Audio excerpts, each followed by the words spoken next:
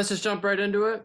This is the EricSwahnRacing.com podcast. I got Mallory Dobbs in the house tonight. Thanks for talking to me for an hour or so.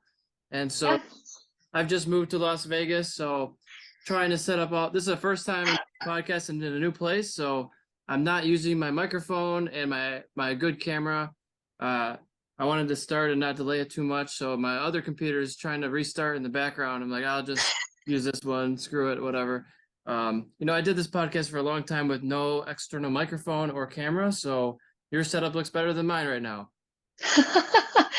Yeah, I mean, I used to do streaming in another previous life on Twitch, playing video games. So like I used to have a setup and then I kind of just like ditched it. So same thing. I'm just on like over my work laptop with like an external camera and my Bose headphones. Well, you look beautiful. Thanks. So tell everybody what you're into, what you're doing at the racetrack. So many things. This year has been crazy. So already, the season hasn't even started yet, but I'm headed to Daytona this week. So awesome. I'll be racing Super Hooligans there at Daytona. So I'm not actually doing the 200. But I think we're already planning for next season of doing Super Sport, like doing the actual 200. But so my big goal is this year doing Super Sport and Super Hooligans full season. So as everybody knows, Moto America has been crazy expensive and a big endeavor for a lot of people. So it's one of those things of like I'm hoping for it, and I'm trying to work my ass off to try to get support and just all my ducks in a row. And the logistics of all it is a nightmare. Like it's just so hard to plan it all and like talk to all the people and figure out transport and flights and who's working, and no one talks about any of that stuff, and it's a challenge. There's a lot going on.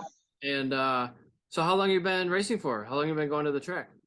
I started riding motorcycles in 2016. I rode for about 6 months, and then I went to my first track day. And then I met a bunch of people that were like, you should get into racing. And apparently I thought that'd be a great idea. So I started racing in 2017 in Washington. So with WIMRA, and kind of just did it for fun, as a hobby. It was like doing it on the weekends, hanging out with your friends, drinking at night, all those things and socializing.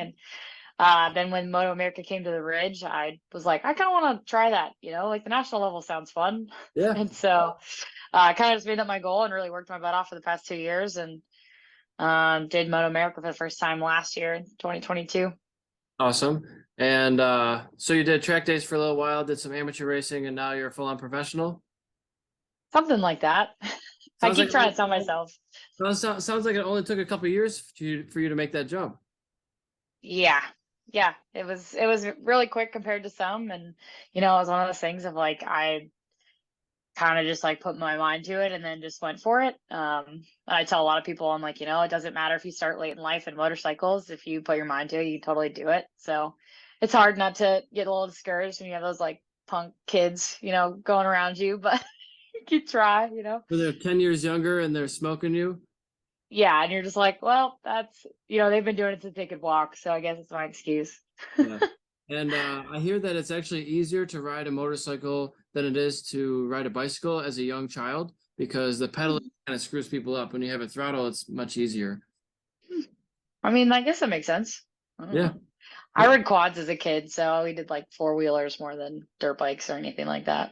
Okay, yeah, the first time I got on a quad, I was like, how come it doesn't twist? I can't accept little thumb. I didn't realize that until a couple years ago. Yeah, and your like thumb cramps after a while, and you have to use like your palm because you're like thumb. Yeah. So this is 130th ESR podcast. So it's been an evolution. My life has been changing since I started talking to people, and that's actually kind of why I moved out to Vegas. I talked to Travis Wyman for a little while, and I asked him, well, how did you get into coaching? I want to do that stuff. And he said, well, I bet you probably could. I mean, have you asked anybody to do it? And around me, it was always free, unpaid coaching. You get free track time. So I was like, well, I don't really want to do that. I mean, free track time, it's cool, but it's not a job. It's like it's a hobby job. It's a fun thing. Hobby job. Not a career. So I was like, well, maybe there are companies that you can actually make money being a coach. So I turned into a full-time racing coach for cars and motorcycles. I work for a company called Speed Vegas, Exotics Racing, and we have a fleet of 30 to 40 supercars, depending on which ones are in the shop or not. But we do Porsche, Lamborghini, Aston Martin, Acura, Audi. There is the Nissan, the Ford, and so many other brands that are great. So doing that pretty much every day. And then I'm also working, I'll be starting with California Superbike School this weekend, being on a BMW S1000RR. So super excited. Cool. Giving back some of my knowledge and turning it into a career. Yeah, that's awesome. So what you're saying is I have a hookup to race some, it's like supercar at some point. Yep, exactly. I'm coaching right now in the Nissan GTR, the Porsche GT4, and the GTS. Although GTS is in the shop right now. So just those two. You start at tier 1 and you progressively go up the ladder up to tier 6 or 7, till the Ferraris and the McLarens. Nice. That's cool. Heck yeah. So yeah, if you're ever in Vegas or anybody watching is in Vegas, hit me up and get some coaching. Heck yeah. Yeah, that's awesome. I definitely I feel like the coaching gig is always like super rewarding, but it's also really hard to find a job that can do that, you know? So I do a little bit of coaching and motorcycle stuff on the side. I work for 2 fast track days up here in Washington. And I mean, like we volunteer, right? So I coach, and we're starting to do more one-on-one coaching this year. They've been trying to transition a little bit more of our program to do more one-on-ones. So like the coaches can actually make a little bit more money and like make it worth their time, you know, versus spending all the consumables out there. You know, as much as I love giving back to the sport, it's, you know, I still have a day job and all that jazz. So like I work 8 to 5 as a civil engineer doing design and development work, and doing some, you know, like commercial residential development. And so I do that by day, and then I come home and I do race program stuff basically, you know, in the evenings. And it's like basically 2 full-time jobs, but Oh, definitely. the other job doesn't pay very good. It's all expense right now. Basically, yeah. Yeah. Yeah, that's the hardest part about racing I found is just funding it. Yeah. Yeah, I mean, I feel like I didn't have a problem. Like, it's funny because when you like change the perspective of like doing the professional circuit, right? You do start doing Moto America, and it's like like you start spending more and more money, and you don't really realize that you're doing it kind of. And then at some point, like now that I'm doing the full super sport season, you know, and all that, I'm looking at all this stuff, and I'm like, man, I remember when I like thought spending like $500 in a race weekend was like a lot of money, and here I'm spending like thousands of dollars. I'm like, yeah, this hurts. This hurts. Yeah, so do you want to talk about the financials? You know, I can cut anything out that you don't want to talk about or that you in there. But like you're talking usually for a full competitive season with a crew and a semi truck, and every race, you're talking 5-6 figures a season, easy. Yeah, and I mean, even if you don't call it like, so like for me, I'm not planning on a semi and not planning on maybe full crew, right? So you talk about like you've seen like videos of like Stefano Mesa, you know, swapping tires on hot pit. That's gonna be me, right? Like that's me doing my privateer of like, let me cut some couple thousands of dollars on crew and just like do some stuff myself, you know, sling some tires, do some wheels, whatever. And yeah, but you're still talking. I mean, the budget really a lot of people are talking about is, you know, $10,000 to $15,000 a weekend, and there's 9 race rounds. And you know, it's it adds up quick. And so, you know, And the that's if season you don't entries, crash, right? That's no yeah. crash. Yeah, exactly. That's not even budgeting if you just like totally bin the thing, you know? Yep. Yeah. So it's a lot of, you know, time and effort and money to be there. And so anybody that's really at Moto America, like regardless of if they're a back marker, you know, or not, I mean, props for them for getting there because it's not an easy feat. So Yeah, I know one yeah. personally who I used to race with who's in the Superbike or super stock class, and he said he sold his house for this season, and he's renting now. I'm like, well, I mean, that's one way to do it. Oh God. Yeah. I mean, like a lot of people do that, right? You hear all these stories of like people that are living in their motorhomes or trailers because they're like, well, at least if I travel, you know, and do all this stuff, I can like pay for racing.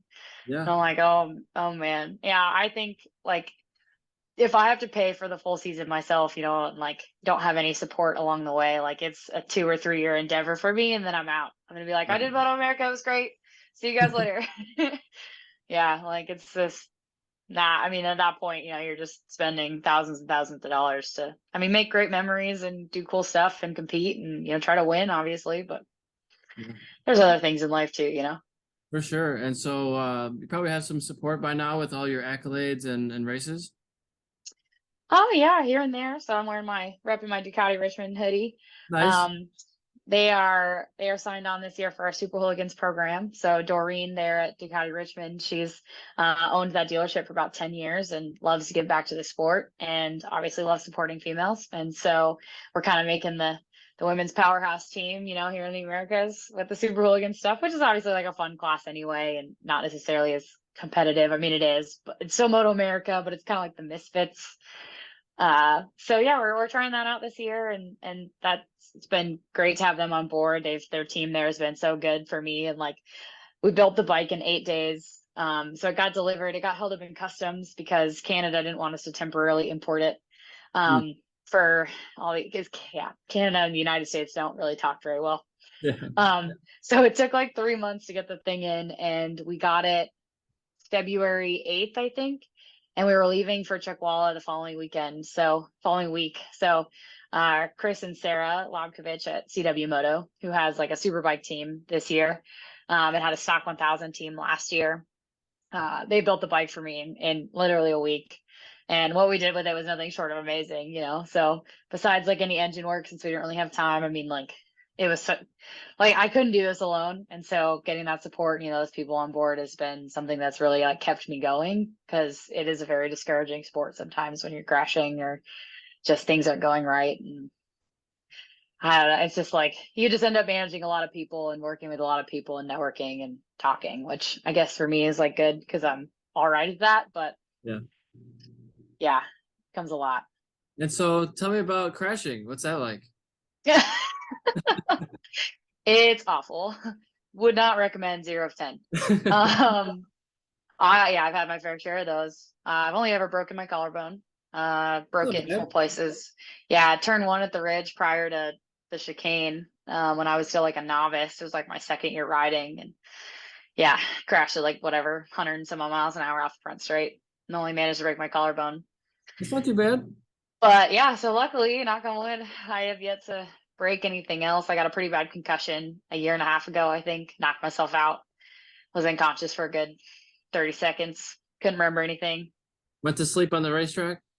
Yeah, underneath my motorcycle. Oh Yeah, no. there was a guy in front of me that like didn't like tried to blow the chicane but didn't want to because he didn't want the time penalty, so he just overslowed to make the second part of the chicane. I misshifted. I went all the way down to first, and the bike's like screaming, and I'm like, oh god. So I look down, I shift to second really quick, and then as I transition to the second part of the chicane, he's like in the apex going like 15 miles an hour slower than I am, and my brake lever guard didn't work, and it hit his fairing and just like ended me. I just like face planted into the ground. Yeah. Yeah, so honestly, I would say breaking a bone was better than getting a concussion. Like that whole process of like, because I'm an engineer, so I stare at my computer screen all day, and I was like, hey, can I go to work tomorrow? And he was like, I'm going to give you a doctor's note. You can't. And I was like, oh, I think I can. And I went to my work meeting, and like my brain started hurting automatically, like, nope. And I Yeah. slept all day the next day. And then I had like mood swings and all sorts of stuff for like weeks afterwards. Like it was no joke. Head injuries are by far the worst or the scariest thing because everyone's Yeah. different. And some person can hit their head and be completely fine. The next one, they can't speak right. It's a scary thing. That's your computer. If you bruise your computer, you can't think straight. Yeah. Yeah. So that was pretty scary. Like that was not enjoyable. Yeah, like my collarbone was like no big deal. And then doing that was not fun. Right. And bones heal stronger than they were before they were broken. So even stronger. Right. Yeah, I've still got a plate in mine, so I don't know how much stronger it really is, but so Yeah. far so good. Very good. And any road rash at all? Like people think that most of the time when you crash on people have no idea for the most part. Like I talked to one person and they said, oh man, do you wear a helmet out there? Like, yes, of course. You have to wear full boots, gloves, helmet, everything. Like, oh wow, I didn't know that. Like, well, yeah. Yeah. I think there's like, yeah, so when I went for my concussion, they were like, they asked me, I was like, oh, I was in a motorcycle accident. And they were like, what, you don't have any road rash. Like, how are you in a motorcycle accident? And I was like, oh, I Yeah. was in like full gear at the racetrack, Yeah.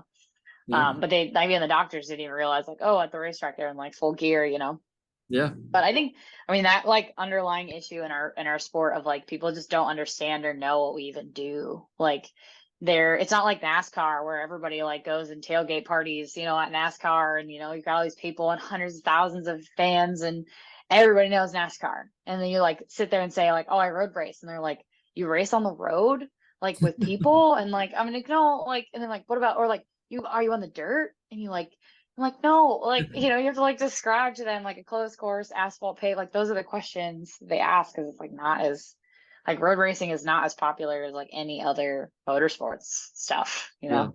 But in my opinion, it's way cooler than NASCAR. Oh yeah, for sure.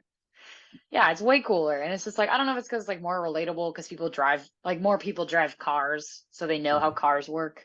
And not everybody races or rides motorcycles. So then like they just don't relate. I don't know. It's weird. Yeah, I think it has a big thing to do with just our culture, because when you're 16, most people get a car. It's very few people who get a motorcycle when they're 16. And it's Right. actually most people, their parents don't want them to have a bike.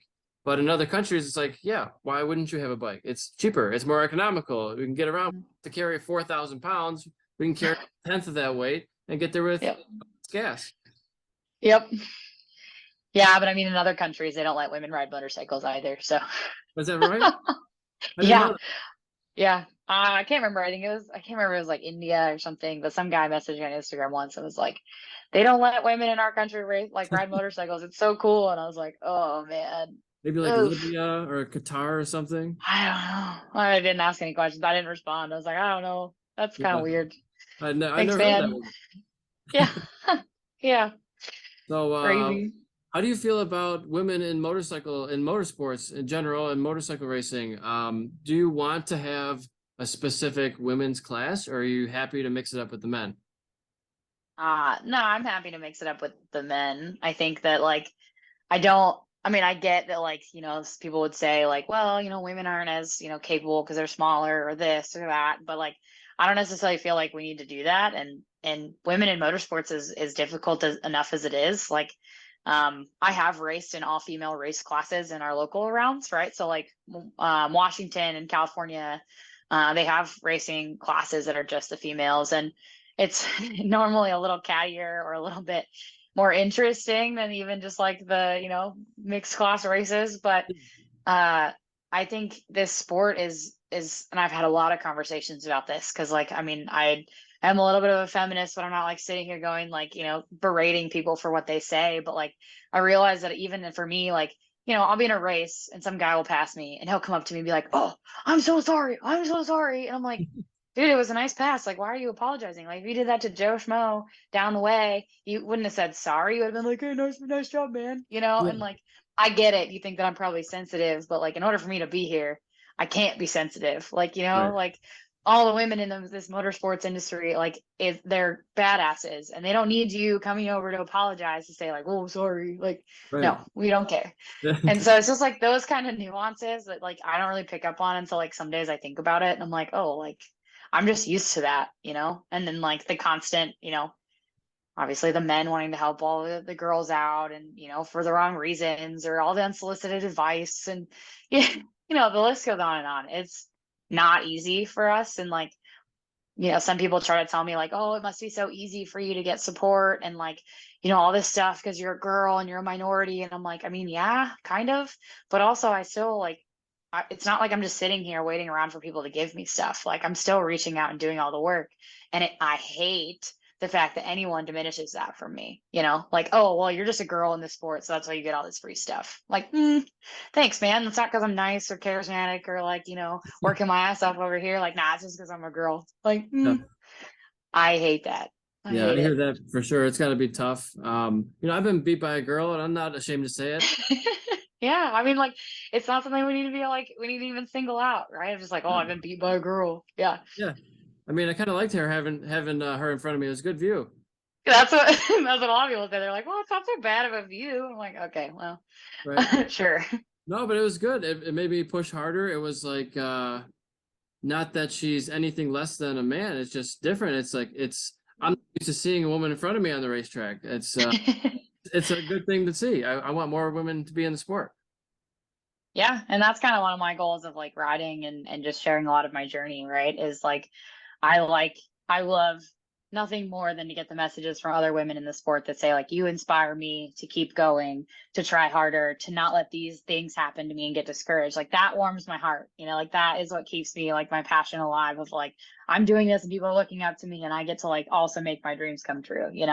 Yeah. And it's something I really enjoy because yeah, I mean, there's so many women out there that have like started or didn't start because there's men in their life that didn't motivate them or told them like, you can't do that, that's too hard, or all this stuff. Like I hear it all. Like, oh no, she'd be terrible at riding motorcycles. Or like, oh no, I don't want her to get hurt. But, like you can race because you can get hurt. Like all of that stuff. And then so many women are just like, I'm just gonna be here to support. I'm like, I love that, but also if you want to do it, like you should do it.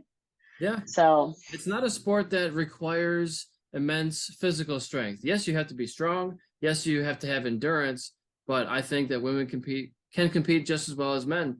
It's more of a mental sport, I'd say, than a physical sport because it's such a difficult thing to get over your fears and to push those limits, to find the limit of attraction.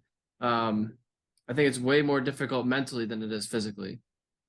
Yeah. Yeah, and it's definitely a little bit of both, right? Like as women, we're kind of a little disadvantaged of like I have a really hard time with like upper body strength, and being able to like not get fatigued.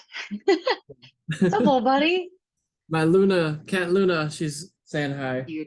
Cute. But like there is, the mental aspect of like and I've had conversations with like Pridmore, I think about this of like, women approach racing differently than men, right? Because it's like not as much of an ego thing and like they can kind of be a little bit more logical versus like the men is just like, oh, I gotta go beat him, like so there's a little bit of that too. But I mean, we all have our strengths and weaknesses, right? Whether or not you're male, female, whatever, like gender aside, like we're all different racers, we're all different people just trying to do the same thing. Yeah, and I would say you don't have to race anymore to go to the racetrack. You can do track days. You can do open practice sessions where you get 20 minutes usually at a time every hour. Yeah. Come in for a break, collect your thoughts, ask some questions, talk to the coaches, change your tires, put your warmers back on, and 5 to 7 sessions of 20 minutes a day. That's a lot of riding, and there's no minivans, there's no sand, there's no animals usually. Usually everybody's going the same direction, so you don't have to worry about anybody pulling out in front of you. It's the best place to practice your skills. And it was so funny. I was just getting dinner at the bar, and this guy goes, I didn't even say a word. He was talking to the bartender. He's like, I've been racing for 20 years, all this stuff. I'm like, no, he hasn't. I could just look at him like, no way. And so he's like, yeah. I asked him, so what racetracks do you go to? He's like, oh, I'm just a street racer. I'm like, oh, okay, right. You don't know what you're doing, sir. Yep. So I gave him my card. I'm like, hey, if you ever want to come to the racetrack and get some real coaching, I'll show you what. Yeah.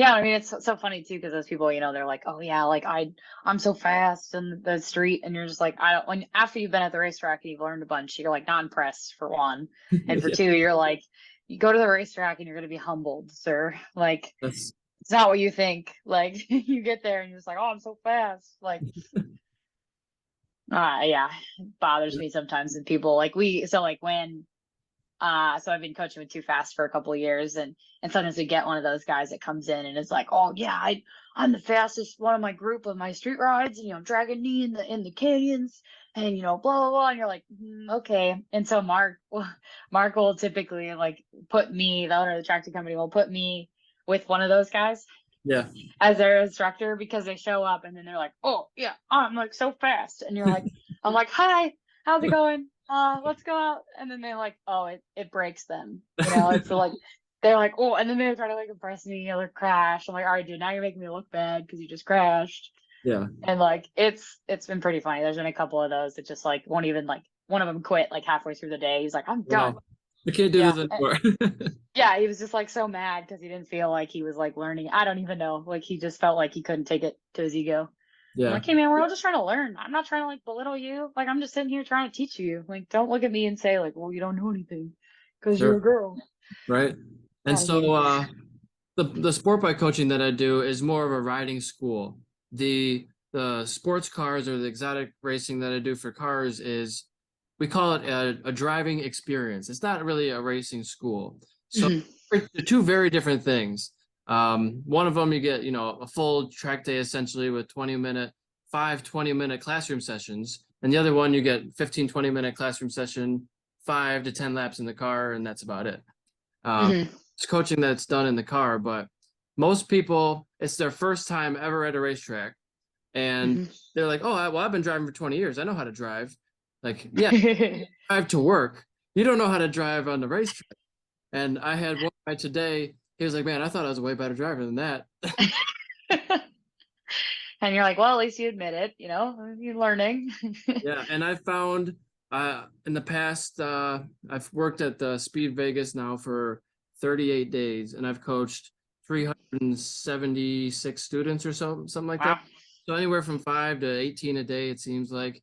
And I would say, without a shadow of a doubt, most women are better learners than men. Not always faster, but they can learn quicker and apply those details. Where the men, they're like, I know how to do this. Don't tell me what to do. And they have a harder time grasping it and actually applying it, because the women typically have less experience. So they're willing to take on new information. And the men, they're like, they can't learn. Not they can't, but they don't want to. And it's frustrating. Like that guy who's, I thought I was a better driver. I must have said, brake harder like 50 times. Brake harder, more pressure, like push that pedal down further to the floor. More, brake harder, I don't know how else to say it. Yeah, I mean, I feel like that's definitely true. I worked with Jason Pridmore a lot as my coach, and he's like, I love coaching you. He's like, because I'll be like, Mallory, try this, and then you just go out there and you try it. And I'm like, well, yeah, I mean, if I'm paying for you or you're taking the time to like teach me something, why would I not be like, I don't know, I'm not gonna try that because I don't. Thanks for telling me that, but I'm not gonna use it. Like, no thanks, right? Yeah. So I mean, it's just like, I think, women are better at that sometimes. It's that ego thing, right? Like we all have it. We all have to learn to use it or not use it. So I think it's also a little bit about how our brains are wired. Like once you have a pathway, you have a bad habit, you do that bad habit over and over and over and over. That's your normal line now. And now to undo all that effort, you have to come all the way back to zero before you start building up a new habit. A lot of women they don't have the bad habits because they don't have that ingrained experience. Yeah. I feel like that was just like Atomic Habits book, like summarized in one sentence. I'm pretty sure I read that book actually a couple years ago. It's a good book. It's a good book. So are you a reader? When I have time. I'm trying to, one of my resolutions this year was to read more books. So I've been reading Atomic Habits. I think I'm like halfway through. And then I read a book or like listened to an audiobook about like anxiety and, just some stuff like that. And then I actually just downloaded like a nonfiction book because I really do miss like reading for enjoyment, of like not just self-improvement, but also just like for fun. Yeah. So I used to read a lot when I was a kid. I read like Harry Potter and, Chronicles of Narnia and all that stuff when I was a kid. Like fantasy kind of stuff. Yeah. Definitely. There was like some murder mystery ones, like, I don't know, like Girl on the Train. Like I read quite a bit of like nonfiction stuff. Yeah, I always used to be the guy in school who would never read the books for class and then just look up notes 5 minutes before the test. It wasn't until I got out of school that I really started reading, because I didn't have to read the crap I didn't want to read. I was starting to read the things I wanted to read, and they got too much into the fiction. I like reading like the nonfiction and learning about self-improvement or like motivational stuff or finance. And now I'm finding all these books about motorsport technique, which some people would find very boring, but I like, give me all the information and techniques possible. I want to learn these things and apply them. I just got 2 new books. I think it's by Ross Bentley. It's called Speed Secrets, the ultimate race driving thing. So it's for sports cars and open wheel. And being a motorsports coach, I'm trying to soak all this in so I can give it to my students, and trying to get them to understand that it's not always, your controls are not a light switch. It's a dimmer switch. It's extremely, it's not an on-off switch, please. Oh my goodness. on off. Right. So Yeah. how do you try to relate to your students? What are some of the techniques you try to impart on them? It really kind of varies, but I think one of the biggest things is like, when I start out at it with a student, I'm always like, okay, like check your ego at the door. You're not trying to impress me. I'm just trying to teach you. Yeah. Because I find that a lot of people are just trying to like show like any coach, right, what they know. And I'm like, I don't, I mean, yeah, I want to know what but I also don't need you to show me more than like go above and beyond what you need to know. And a lot of times it's just building up that confidence in themselves of just like, here's something to apply. And like, it's so hard to pick a thing, of like, there is like so much knowledge that you can teach them. Like, oh, what about like trail braking? And, like, where's your body positioning at? And like, where's your reference points and your brake markers and like all stuff. And if they've never been to a racetrack, you spend half the day just teaching them how to go around the racetrack and then how to learn how to, look at the corners and like see what they're doing and how they work. And, so I mean, I think the biggest thing that I teach on like beginners is like always with their eyes. I'm like, hey, work on your eyes. Don't stare at the ground. Like you're going 60 miles an hour and you're looking like 2 feet ahead of you in the pavement, and I can see it because you're like, whoa, whoa, and you're like, just look up and go that way. Like I showed horses when I was a kid, so I did a lot of like, if you look, the horse will go where you look, because when you look, your hips move. And like as far as like a whole like rotation of like the horse can feel that you're looking in a different direction and they can use that, and I feel like as much as like it's not as applicable to motorcycles in that like you can look where you want to go and the motorcycle's not going to like feel you moving to look, but it does work as far as like you will go that direction if you're looking there, right? And that's applicable to any motorsports of like you just got to use your eyeballs. Yeah, they say that your visual acuity is only 3 degrees of your vision. So you can only see a very small amount in focus. You have to look where you're going. If you don't look, you'll end up there. Yeah.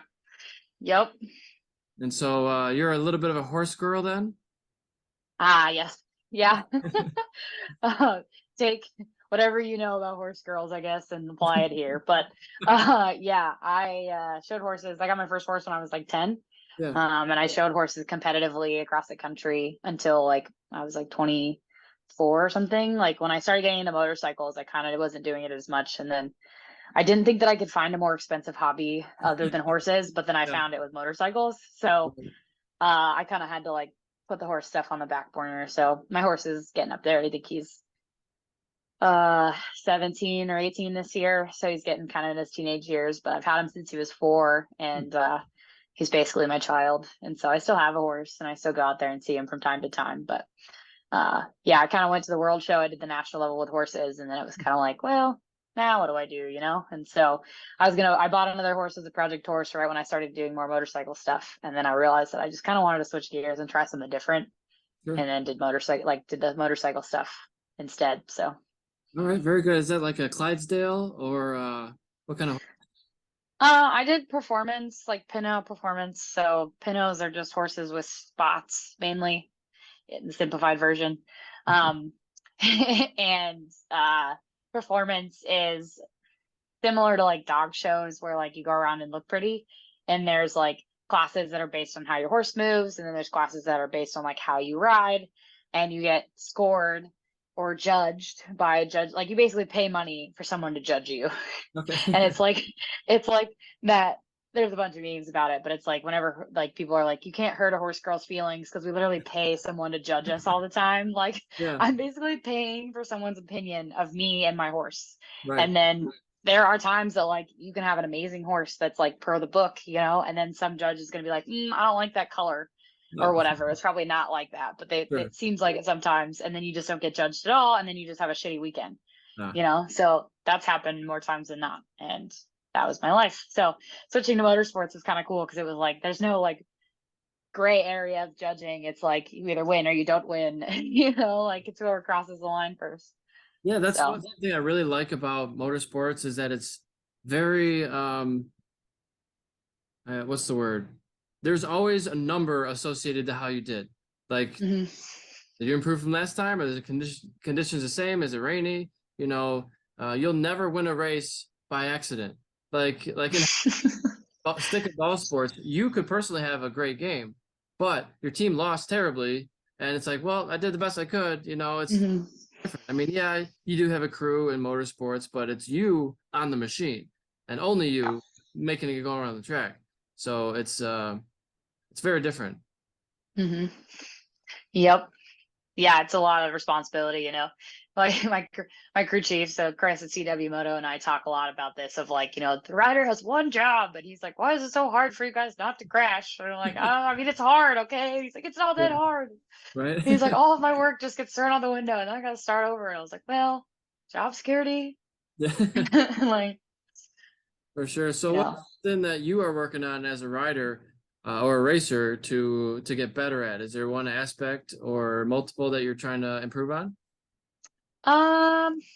Braking. Braking? So I have really good I'm really great on exits and really great on the throttle. And I have really great like rear tire feel of like if the rear starts to go, it's like I'm comfortable with that. I have terrible front end feel and I have zero confidence in my front tire and I just like always over brake. And so basically I like go in, I'm like, ee, and then I'm like, yeah, and then it's just like, ah, and then like out of the corner. And so like it's one of my not so strong suits that I've been working on for the past couple of years.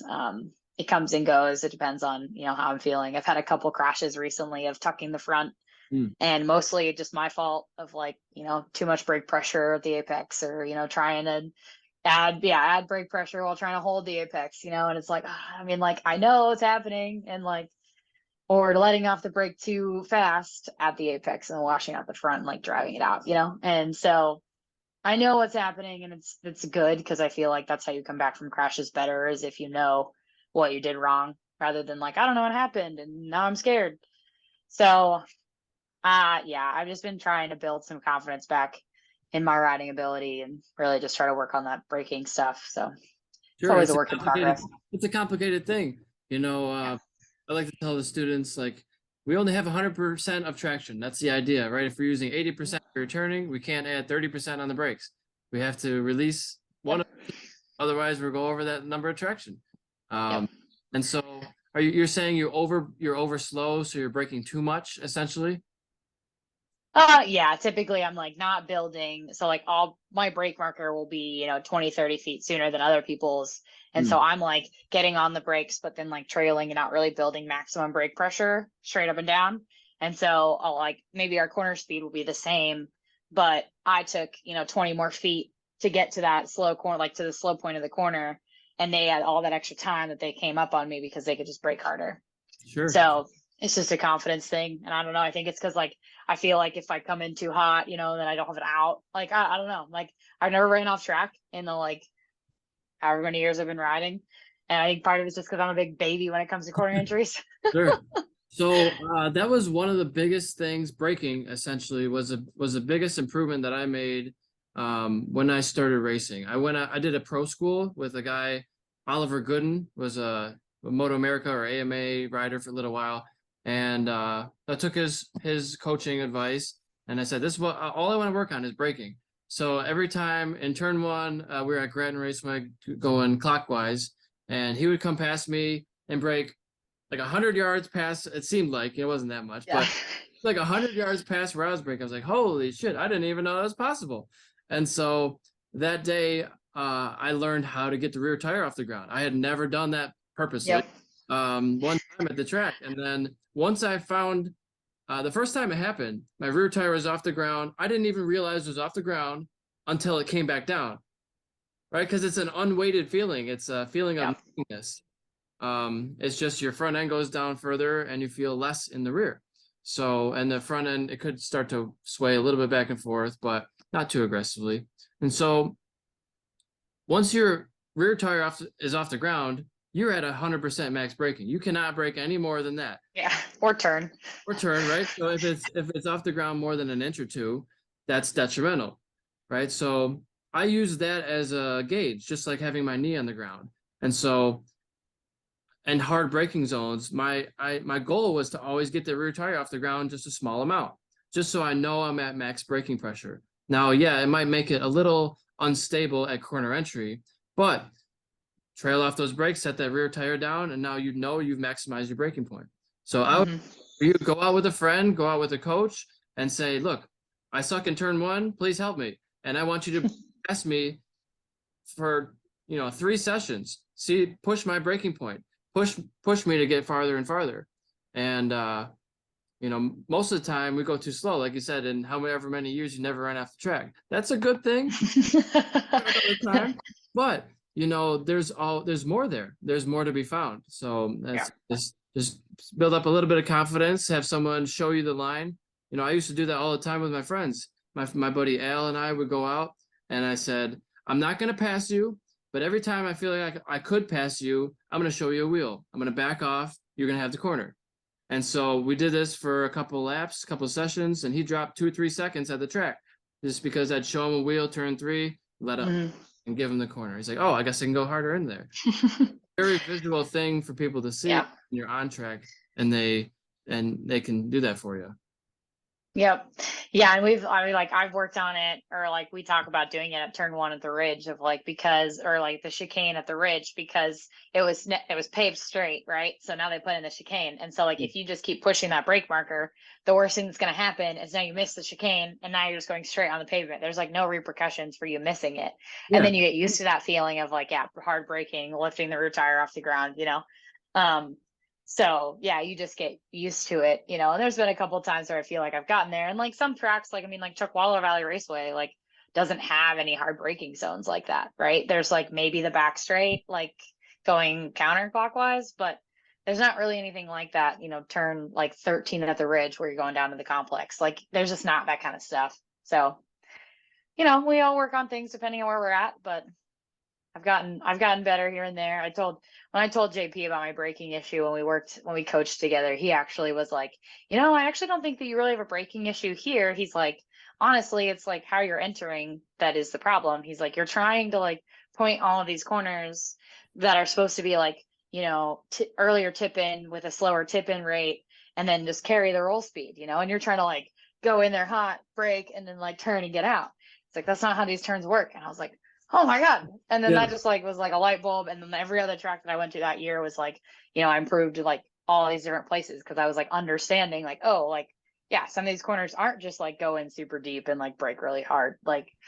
So you got to learn how to break it down. But yeah, it's about putting it all together. The more tracks you go to, you're like, oh, turn 3 at this track is the same one as turn 7 at that track. You just put it all together. Yep. Yeah, and that's that's the biggest thing about Moto America that's daunting to me right now, is that I've never been to any of the other tracks on the season, on the circuit. And so it's a lot of okay, how fast can I learn a track, right? I went to Laguna last year for the first time at Moto America, just because I was I did the ridge round and I was I want to do another one, and then put the whole team together and got it to work in a week, and went down there and I was well, this is a good example of if I can go to a racetrack and learn it in 30 minutes and then go set some qualifying times, and it was definitely a challenge. I played MotoGP for the week prior, just trying to learn which direction the track went. Which teaches you a lot, right? It doesn't give you the elevations and stuff, so you don't really get the feeling of the racetrack, but you at least know which turn is which and which direction it goes, after each turn. So I would highly recommend doing the simulators, because you don't get the G-force element, but you do get a lot of benefits, and most of the tracks are laser scanned, so you get all the bumps, all the bruises of the track, the curbings. Very valuable. Yeah, so I just bought Forza 7 the other day. I had to buy it used from GameStop because they don't even make it anymore. But it has a bunch of the tracks on the circuit for cars. So it has Daytona, Road Atlanta, Road America, Circuit of the Americas. Yeah, so it has a bunch of the tracks on the circuit. So are you using a simulator, or you have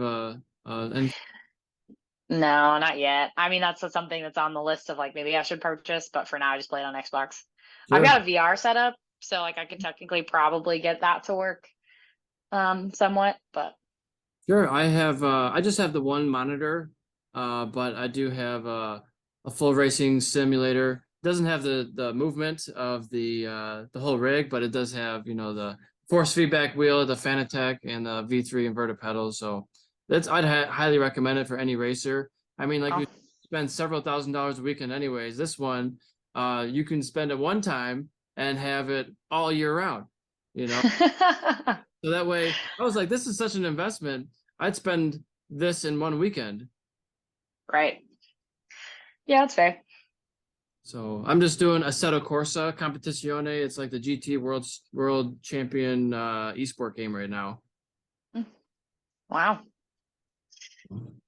Crazy. So what's on your mind? Is there anything on your mind you want to talk about today? I don't think so. I'm like stoked to go to Daytona. The weather's looking pretty good. I just watched the Super Hooligans race from last year to like rewatch it and watching some onboard footage and just doing all that studying and then trying to get my work stuff taken care of so I can like leave and all that stuff. Like basically what racing is my entire life. So, it is what it is. But yeah. And so can you talk about the Super Hooligan class, what those bikes are like, what the specs are and all that? It's kind of like the Wild West. Basically their rules are it's such a shit show. But they basically the rule is like they have to be less than 125 horsepower from the manufacturer, and then they have to have bars, no clip-ons. So full bars, full handlebars. Those are the two rules. And then this year they allowed and they said, well, everybody has to be below 125 manufactured horsepower, except for the Pan American Harley, which makes 150 horsepower out of the box. But we're going to make them put on a restricted air box and it'll be equivalent to you guys. So basically it's like, I think there's like the list is so funny, like looking at it for Daytona. It's like a bunch of Pan Americas, and then it's like a bunch of KTM, like 890s, and then I think 2 or 3 Hyper Motards 950s, which is what I'm riding, and then like an SV 1000 from like the early 2000s. So it's like, and then there's like, I think like a couple odd ducks, like Stefano's racing like an Energica electric bike. I heard that. And so it's kind of a hodgepodge. Like I basically tell everyone it's like the misfits of Moto America, like. So it's a fun class. I think there's 34 entries sign up for Daytona. Damn. So no, it's not the 200 like you mentioned, but it's still, is it a sprint race like 8 laps or 20 laps or something? 6 laps. It's only 6. But that's a long track, right? That's more than a 2-mile circuit with the road. Yeah, it's like a 2-minute lap time. Yeah. So it's closer to 3 miles maybe. Yeah. Yep. So I mean, it'll be like, we spend all this time and effort and money for 12 minutes of fame, like 12 minutes of a race. So you're like, woo, yeah. Yeah. But well, you get your money's worth anyway. Something like that. I've talked about that before, because like I have ribbons and like belt buckles that I won for horse shows, and we spent tens of thousands of dollars to be there for this $100 buckle we could have bought for cheaper, and you're like, same thing with the like plastic trophies you get, you're like, oh, here's my plastic trophy. I could have just like bought it myself, but it's the cool stories you have behind it, and the lifetime memories. But so I heard, I'm not a big golf fan, but I did hear that the PGA has a new payment structure for their athletes. If they participate in their events for the year, the full 20 events or so for their schedule, they get a minimum $500,000 just to show up. And it's like, wouldn't it be nice one day if Moto America or some other racing organization had that in place? I mean, they do have a better purse than normal. It's getting better year by year, but it's a pay to play sport. We have to fork out tens of thousands of dollars just to show up, and then not expect a single dollar in return. And now if you are a season entry, they do pay, it's basically a discount. You get, right on your stuff, but you got to pay just for your canopy space. It's wild. You got to pay just to get in for your crew. It's like, this is the top professional motorcycle racing in the country. And it would be nice if we didn't at least have to go broke or come from a super rich family to do it. Cause like, I got my professional license 8 years ago, and I have yet to use it because I just couldn't afford to do it. And now, making a career in the industry, hopefully I'll be able to get back to it soon. But it's just such a daunting task to raise six figures just to compete. Yep. Yeah, I think that's the most discouraging thing for anyone, right? Is like you sit here and you say, well, like maybe like you see like all these talented people that don't have the money to even go race, right? Like Rocco Landers just posted, like they just posted on their Instagram that like they don't have the funding to go do Daytona themselves. So they're not racing, even though they have a bike with like a tank and everything and they're like ready to go. But they didn't get funding. And so Rocco's just going with his gear, hoping that someone will let him ride or someone needs a rider, you know? But it's just like they've been around the industry for a while and like, well, maybe they're not doing everything they could to get sponsorship, but maybe they are. And it's like there's just not the money in it. Like maybe it's a looming recession or, you know, maybe the sport is dying. Like it's weird to watch the evolution of how racing has changed. Like I watched a video from like early 2000s or like 90s and they were racing at Pacific Raceways and it was like Nick Einash was like commentating it or whatever. There was like all these like big name people, you know, like there and they're like sitting there with the grids and they've got their little like, you know, old bikes and like sitting there with their little umbrellas. Like we don't do that at local club rounds anymore. And like they did this whole like televised series about like bikes and winning and what this like, you know, and it was crazy. And you're like, where did that go? And they had like full video set up of like they were videoing the whole track and like showing the race and everything like in this video production. Yeah. And I'm like, how did we go backwards on that? Of like now we don't have any of that and no one even knows about it.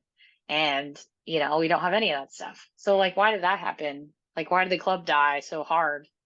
Even at the club level, let alone at Moto America level, you know? Because I mean Moto America hasn't been around that long, but you know, they've been trying to make it thing and I think it's getting better, but I mean, I don't know. Like if the cost like the pay to play is like bigger and bigger every year, but you're getting more fans, like how is that, you know, like you're just hurting the racers and then you have less and less racers and then people aren't going to want to watch it. Yeah. I think it starts at the amateur level. If you did have TV coverage for WERA, CCS, AFM, you know, all these amateur organizations and others, like you could be able to see these kids progress from 12-year-olds to, you know, until they're in the Twins Cup and they're 56 years, you know, and it'd be really cool to see the amateur racing. Sometimes it's more interesting to me than the professional racers because you kind of know who might win at the pro races. At the amateur, it's a free-for-all. And you see come out of the woodwork and you see him progress. And like now he's going to Italy. Like to see that progression is awesome. But yeah, I thought for years, and I've talked about it on this podcast before, like all you need a few cameras and you don't even need like $100,000 production cameras to do it. My cell phone is a 4K camera. That's better than any actual camera that I own. And so all you need to do is do this. You just need to do this. And you know what? Why can't we just have like some sort of computer program? It doesn't have to be AI, but just like follow the motorcycle, reset, follow the motorcycle. And then it doesn't even have to be live to start out. I'm like, start slow and work your way up. Like do it in post-production. Don't even have to have a crew. Like, yeah, it'd be nice to be able to put it all together and stream it live. But the cheapest, edit it later, put it out a few days later, and you have for the fans. And then I think that would entice more people to start watching the pro races. I mean, we have bag toss on ESPN. Why is there not racing? You're telling me there's not a place for amateur motorcycle racing when they got bag toss on darts, you know? Like, I'm like whatever you want to do, but this is such a cooler sport than bag toss. You know, like, come on. That's awesome. Oh man.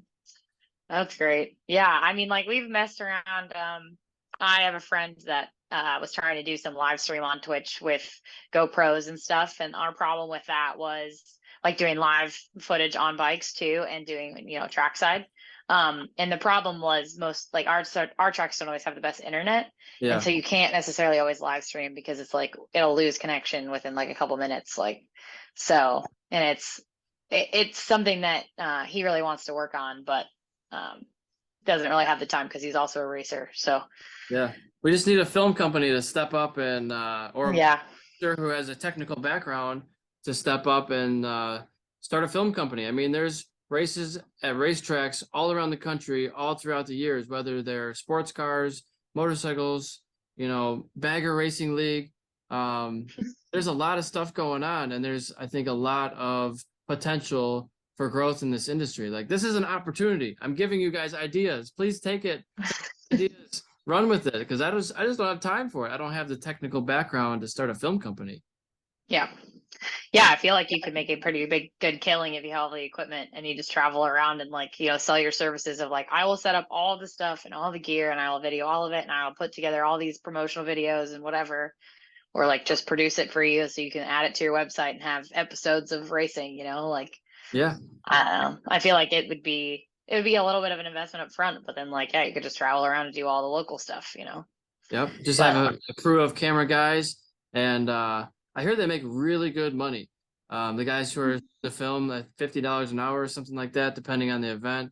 And sometimes I talked to one camera guy when I was working as a marshal, and he's like, "Yeah, we do these huge golf tournaments, and who make several $1,000s an event for one of those." It's like, work a few events a year, you're good. oh yeah, crazy. So, Well, I think most of the local clubs don't have that kind of money, though, is the only problem, it starts small, and it'd be maybe even volunteer based or small pay, but it's got to put your time in. All you need, so you don't even need to have all the money. You just have to have a good enough idea, be able to convey it to the right people to find the funding. Yep. Yeah, exactly. It's just hard to find those people. I was gonna say that's like the motto of anything you want to do in life. You just have to find the right people and just talk to the right, people, and then it'll be good. Yeah. Where are these people? Yeah, yeah. Calling all people that want to volunteer their time and spend lots of time doing something for fun. Yeah. Right. Typically older, retired people, maybe, who have the time and don't need the money. Yeah, yeah. Yep. So have you ever worked as a track marshal or a race official of any sort? No, I'm secretary for the WIMRA racing organization. So I'm like Okay. a voting e-board member. I do Yeah. the contingency stuff for our club. So just dealing with some of the contingency stuff. I've done marshaling for like track day stuff, but never the official like race day staff. So like WIMRA requires that you do volunteer work in order to get your expert license. And so nice. you have to do, yeah, so you have to do half a day or a day corner working, and then a day or like half a day or one of the air fence set up and tear down or something like that. So we basically just make like all the novices do part of the work and like help out with the labor, just so they get a better respect of like how the club operates and what goes into it and that kind of stuff. So Yeah, I think it's a good thing to do that. In all the years that I raced, I was never asked or never even thought it was an opportunity for me to be on that side of things. Now, most of the time, I wanted to be on the bike anyways and didn't really want to be. But after I had a bad crash, I wasn't racing for a year or two, and I got into being a quarter marshal. And so since then, I've worked for, I think, 19 organizations as a track marshal, anywhere from like Formula One, MotoGP, Moto America, IndyCar, US Pro, Bagger Racing League, CCS, ARMA, AMA, and so on. And you get such a different perspective when you're seeing the throw the bike down in the corner, similar people running off the track. This guy, you hear all the facts from the track. It's like, oh, bike number 34, cross the blend line again. We got to talk to him. Bike number 17, that's a new guy. He stopped on the racetrack in turn 7. What the hell is he doing? Or like all these different things. And it's like, it just gives you such a good perspective. You see different lines people are taking. You're like, oh, this guy, maybe I should take that line. See the guy getting lapped. He's like, he's not even close to the line. What is that guy doing? Yeah. And then you get a really good sense of what's going on, who the fast guys are, and which lines to take. But I like waving the flags and doing that, helping the riders out, but also running out there on a hot track and picking up a motorcycle. That's kind of fun too. Oh, it's so crazy. Like I've done like I corner work for a track day company sometimes when like because one of the tracks we have to do our own corners, and I've seen some crazy shit where like some bike will be like catapulting through the air and you like see all the bikes moving and there's just like gravel everywhere and you're like trying to stay calm on the radio because you're supposed to be cool and you're like and then you're like bike down and you're like, oh my god, just like chill. Yeah. And you like you're just like, I just have to. So you could tell like the seasoned track marshals versus the non when it's like they just respond with like bike down, bike on fire, rider up and okay, you know, like totally monotone. And you're like, Yeah. you've been doing this a while, haven't you? Yeah. Like, And you look for that calm, steady voice on the radio too, because you get the guy who's freaking out. He's like, okay, what's happening? I can't hear you. You're screaming in the mic. Like, and then the other guy, yeah. he's like, bike's on fire, rider's up. Right, we need to shut it down, you know? Yeah, red flag. Everybody red flag. Yeah. I've had both of those. I mean, I've tried to be calm on some stuff and like you're just you get your adrenaline going and you have to like monitor it, you know. For sure. But I got stuck. I crashed at Laguna in qualifying and I could have ridden the bike back. It was fine. There's just gravel in the belly pan. So they like cleared out the gravel and then I asked them like, hey, can I like re-enter? Like there's a couple minutes left. Like I can go all the way around. And like the pit entrance or exit was like right there. But I was like, if I go reverse track, I'll probably get DQ'd. And I had a qualifying time that I needed in that qualifying session. So I was like, I didn't want to get in trouble. But they knew nothing of what was happening. And so they were like, oh, we don't know. We can't get an answer. So you just got to wait here. And so I waited there for like a whole nother qualifying session. And I was like, guys, I need to like go fix my bike. Like I need to get out of here. And then they were like, oh, the trailer's coming. And I'm like, is it though? And it like I waited there for like a solid 30 minutes and then they picked me up and then they drove me all the way around the outside of the track and then I was just like the walk of shame because like I was sitting on the bike and like all the fans are like, oh my god, what's happening? And I'm like, try to nowhere to hide. yeah, I'm just like sitting on my bike like, hi, I'm fine. And they're like, oh my goodness. I'm like, I'll be racing later. Watch me later. I don't think it's an embarrassing thing. I get what you're saying, but like I don't think there's any fan that's like, haha, you crashed. Yeah, I think it's like a reputation thing for me, you know, like it's like I think I have a hard time like and this is something I've struggled with my racing career is like really battling the imposter syndrome and really making like and feeling like I belong and not feeling like I have a bad reputation because I care too much about what people think about me. And so like if I crash a bunch or I, you know, and like I do crash, then I feel like people are gonna not take me seriously, even though they already don't, you know? And so like it's just part of that, like I don't want to be known as a crasher because it hurts my little ego, you know, and I'm like, that's not me, I'm not a crasher. But like it happens, right? Like if you're not crashing, you're not trying. So like yeah. But yeah, it's like one of those things. So like I don't want to be known for that, but Well, I've never heard that you were a big crasher. I mean, think about this, like Mark Marquez or any of those top guys. I think Mark especially crashed over 30 times in a season and won the world championship. So it doesn't necessarily matter. Now, if you're crashing every weekend and you're not winning shit, maybe you should look at yourself. yeah. What's going on?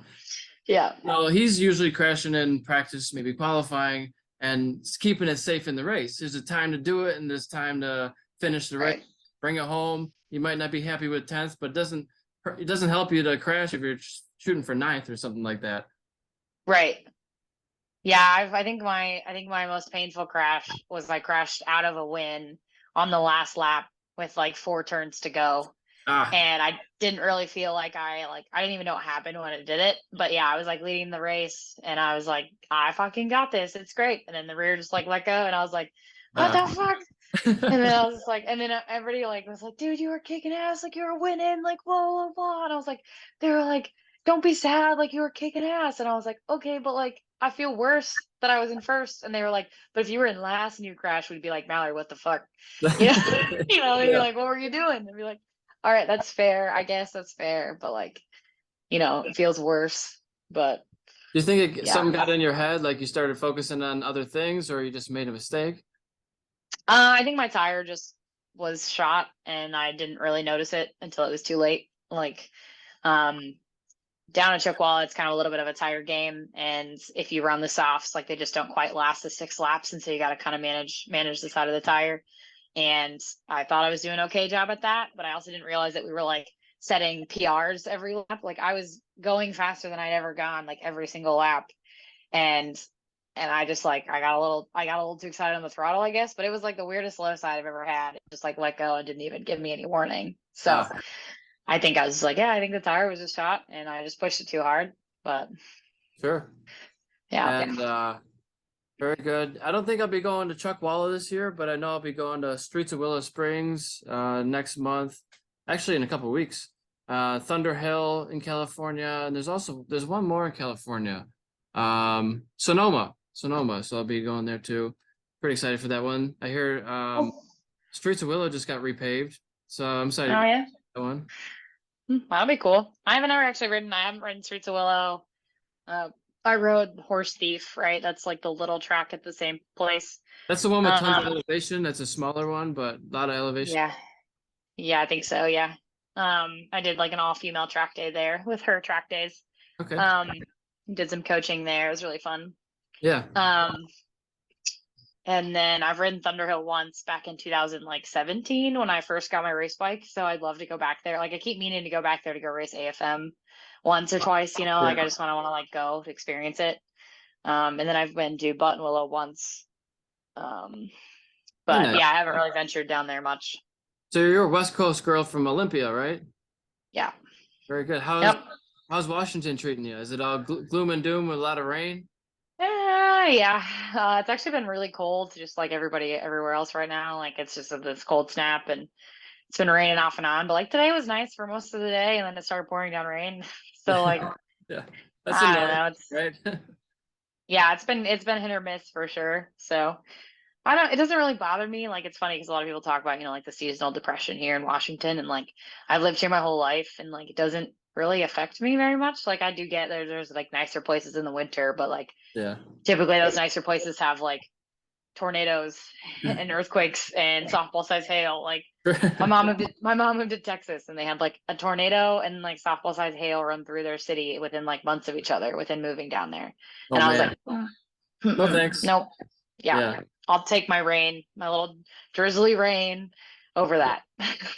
Yeah, I just moved 2,000 miles across the country for the sports car coaching job, and Vegas is different. I thought it would be way warmer. Actually, I was like, I'm moving to the desert. It's going to be hot, right? And it's not always. Snowed 4 times since I've been here.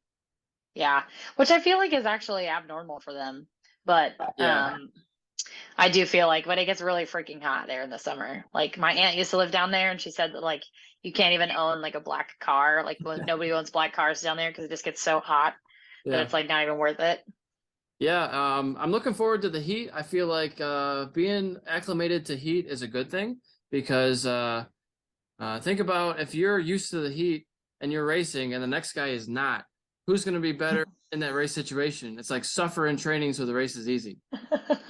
Yeah, for sure. So I'm kind of looking forward to it. I do hot yoga on purpose. It's like 105 degrees. They advertise. Actually, the last one I was at, I brought my little thermostat, and it was 108 degrees. And it kicks your ass. It's a good thing for being on a bike.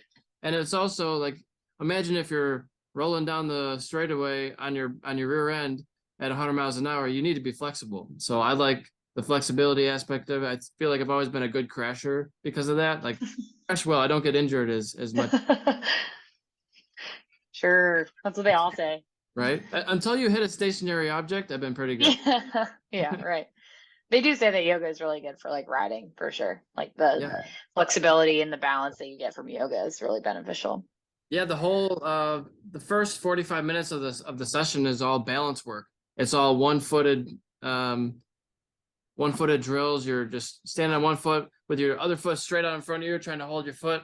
It's difficult. Like I'm on a mat. Yeah. I'm like terrible. Mat.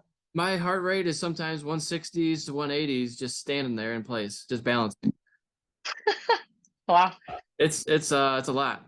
But looking at your form that you filled out, I wanted to talk about the Super Sport because that's coming up soon, and that's really exciting. The Super Sport class is a meat grinder. It's going to be the best in the country, but also new people who have never raced in that class before. And we have the last guy to let's see if I say this right. The last guy to win the championship went to Moto 2. So it's a high level of riders in that class. Yeah. I mean, well, Josh Herring is still in Moto America, so I'm saying Sean a couple years ago. Yep. Yeah, and Richie. Yeah, and Richie's doing Superbike stuff now. So yeah, those guys are a whole nother animal for sure. But it's It'll be a challenge. I think so. Like I'm still racing my ZX6, which is something that is not necessarily the most common platform anymore. There with the Super Sport Next Gen rules of like the V2 and the Gixxer 750s. It's like everybody's switching to the 750s because like why wouldn't you? So my ZX6 is a little bit down on power compared to those. So we're gonna try to see what we can do on the engines, try to make them a little bit better. That'll just be my excuse the full year of why I can't go faster. My bike's too slow. Now, is that what year is that Cowie? 2022. And is that the 636 or the 600? 636. You Yeah. got a little bit more power than the standard 599cc, but not as much Yeah. as a 750. So you said you're going to try to do a little bit of work to it internally. Yeah. We'll try to get a little bit extra stuff out of it. But I mean, yeah, you look at that and then like the V2s, right? The V2s make like 160 horsepower without any like restrictions. So you're like, Man, it's just a lot more than what we make, You're probably So, around I mean, 130s, I would assume. yeah. We can get typically like 130 on like a full super sport or like not really a full super sport build, but a couple like, head gasket kind of deal, time degree the cams. Sure. Get a couple extra horsepower out of it. Typically it's around that 130 mark.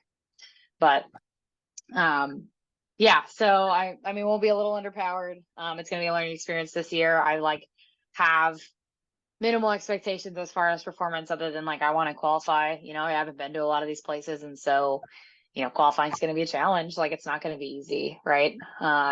It is the very talented group of people in that class, and so we'll see what we can do there. But gonna try to qualify. I think I'm the only female probably registered for the full season in Super Sport. So Patricia Fernandez is doing baggers and Super Hooligans, and I think Shalina is doing Super Hooligans. So there's a couple girls in there. But there hasn't really been a lot of, Kayla Yakov is coming up through the ranks. She's killing it. I'm glad that she's staying in twins for now until she comes to Super Sport and just like kicks all of our butts. But Maybe next year. Yeah, probably. So I don't know what her plans are, but I know she's doing the twin stuff this year. And so, I think the sport is changing a little bit, but it's still, it's challenging regardless of who you are and what you're doing. Absolutely.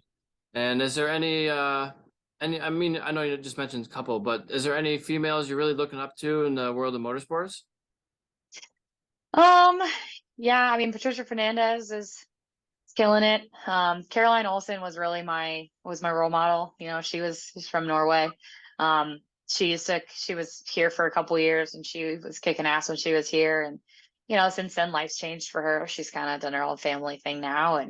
But she was kind of the real deal as well. And so I kind of look up to her. I just watched, Jesse Coombs's documentary that they made about her. And I really resonated with a lot of the stuff that they said and how she acted and what she said about, life is hard for me. And this is what I want to do. And I want to go fast and all this stuff. And I feel that on a whole nother level, just like this life is hard and we want to have experiences we want to have and enjoy life. So I feel like racing motorcycles is something that I really enjoy and want to get those experiences. But yeah. I think for me, I like racing because of who it makes me turn into as a person. Like it's not a chess game where you can like learn the sport and you're done with it. Like it's always just a constant evolution. You're always learning whether it's marketing, whether it's, finding sponsorship and being a professional, whether it's like honing your racecraft or now coaching other people, or like there's so many aspects of it that you can dive into and get better at. And it's just a lifelong learning experience. Mm-hmm. Yeah. It's very like you learn something and then you go faster and then now you have to relearn the thing that you already learned because now you're going faster than you were before. And yeah, it's ever changing. We're learning something every time we go out on a racetrack, so it is very stimulating in the sense of like being, learning every day. And I would say, when I first started, the things that you learn in novice group 1 of a track day session might not be the same techniques you use when you're an expert racer, professional racer. Like your techniques evolve, and hold on to that, because when I was first learning, I was like, these coaches lied to me. Like, well, no, you have to learn how to walk before you can run, before you can sprint, before, all this stuff. So it's like there's stages. And Yeah. and you might have to throw away some of the old information and learn something new and evolve your perspective. Yeah. Well, it's like when you learn, like when you go to the Cascade, like your motorcycle safety course, and they tell you to never brake and turn at the same time. They're like, do all your braking before you turn. And then you go to a racetrack and they're like, actually, that was a lie. And you're like, well, okay. Well, it's like, we're just trying not to get you to fall down right now. We just want you to Right. motorcycle. Which I mean makes sense in like that perspective of like you don't want people like trying to trail brake on the street. But like also it's like, there are people that like learn that and then take that and they're like, but I can't brake in the corner. That's not how it works. And you're like, oh my goodness, like they lied to you. Yeah. Yeah, we talk about it briefly in the car experience. I just say, and trail off those brakes as you turn the wheel. It's a very similar concept, like going from cars to bikes and back. It's like instead of lean angle, you have steering angle. Steering angle. Yep. Ken Hill talks a lot about that, right? Like he loves to teach stuff in cars because it's like the same thing of like if you come into a corner in the wrong direction in a car and you like go to get on the throttle, it's gonna tell you that you got into it the wrong spot and started to get on the throttle in the wrong way because you're like gonna be fighting the car to make it do what you want. And he'll be like, no, watch this. If I go in here and like let off the steering wheel and start to apply the brakes, the car is going to go in the direction we want it to go. And you're like, oh my God, that's crazy. Turns out it goes where you want it to go. Yeah. And you're like, oh, I don't have to fight the car to tell it where I want to go. Like, no, that's not how you go fast. Yeah, I noticed a lot of people, they're mid-corner. We have a couple long left-handers at Speed Vegas, and they're mid-corner with tons of steering angle in the car, and they're, say, 80% steering traction, and now we are adding 30% of throttle where you're pushing those front tires, my man. So do you hear those tires? They're trying to tell you. I can hear them yelling at you. Stop it. Don't do that. Stop. No. Yep. Yeah, my dad taught me at like kind of a young age, like go-karts and stuff of like when the go-kart tires, like in granted it's a little different because you don't really have as much grip in go-karts, but like, like indoor go-kart tracks and you're like, your tires are screeching. And my dad's like, that's a no-go. That's bad. That means you're losing speed. Like you're losing time because your tires are sliding and you are not going in the direction you want to go. And I'm like, oh, you mean I shouldn't be drifting around these turns and just like, like, but it's fun. I'm like, why am I losing? Every small slide is at least a 1/10 of loss. Yeah. Yep. So you're on two different machines. Do you think that'll be difficult to come to grips with? I mean, I assume at some of the events you might be doing both at the same event. So it's like, which bike am I on? What was my braking point? And don't forget which bike you're on and which braking point you're going. Yeah, so like I rode both bikes at Chuckwalla last race round and I did 7 races. And honestly, it wasn't too difficult. It was like physically demanding in a different way because I was in a different riding style position, and I got some gnarly like calluses on my little girl hands, but it is a little different, but the Super Hooligans bike is just significantly like slower and just like a different riding style that it's like enough of a difference to not really confuse the two. The only thing that I had last time was that like on my outlap, I had to remember like, oh, one has a clutch, like one doesn't have a blipper and one does. So like the Hyper has a blipper and then I get on my Cowie and I'm like, oh wait, hold on, I gotta like pull the clutch in. I'm like, wait. So that was like the only thing I think I really noticed was like I had to mentally be like, oh yeah, I have to use the clutch on downshifts. Remember that. Gotcha. Is one not allowed for that class? Yeah, they don't allow blippers on because the ZX don't come stock with blippers, and so they don't allow, like they make an aftermarket one, but those bikes are still throttled by cable, and so the blipper is like an actuator that actually like grabs the cable, and they're really like not great, and so they just don't allow them, and 2, they're really hard to get to work on those bikes. So I gotcha. I find it funny that you have a Ducati shirt on, but you're riding a Kawasaki. I know. I'm gonna have to get like a I don't even know, a Duosaki shirt or like a just like do both, like mix it up, Yeah. a Kawakati. I don't know. Yeah, there we go. I like it. You can start a trend. Probably sell a hoodie. Yeah, just do like, I don't know, like half green, half red. I don't know if it's gonna go very well. It's gonna look too Christmassy. So Yeah. but yeah, I mean it's funny too. I've had some conversations with some friends, like the whole Ducati lifestyle is just different. Like Ducati manufacturer, like that bike just has, it's kind of like Harleys, right? Like those people are very passionate about the motorcycles they ride. They love the bikes that they have, and they have them for a reason. And it's such a lifestyle. And then Yeah. like you go to all the other manufacturers, like Kawasaki people and like Honda and Yamaha, like sure, they might like their bikes, but there's not like a whole group of people that are like, Ducati, I love them, like it's just like it's such a different group of people. And so I'm still adapting to like the lifestyle of owning a Ducati and hanging out with Ducati people. So It's like I gotta work on my hand gestures and it's because it's red and they want the red fast bike. That's all they say when they get to the dealership. Give me the red one. yeah, I don't like red, which is like the funny part is like I'm not a big red fan, but it's growing on me. It's fine. It's like the Ferrari of motorcycles. Yeah, something like that. Right? So are you brand loyal? Because that's what it comes down to. It's like brand loyal of that specific Ducati brand, right? Yeah, I mean like so like the Ducati stuff was like the Ducati dealership wanted to sponsor if we were on a Ducati, right? So I've never had anything against Ducatis. I've liked them.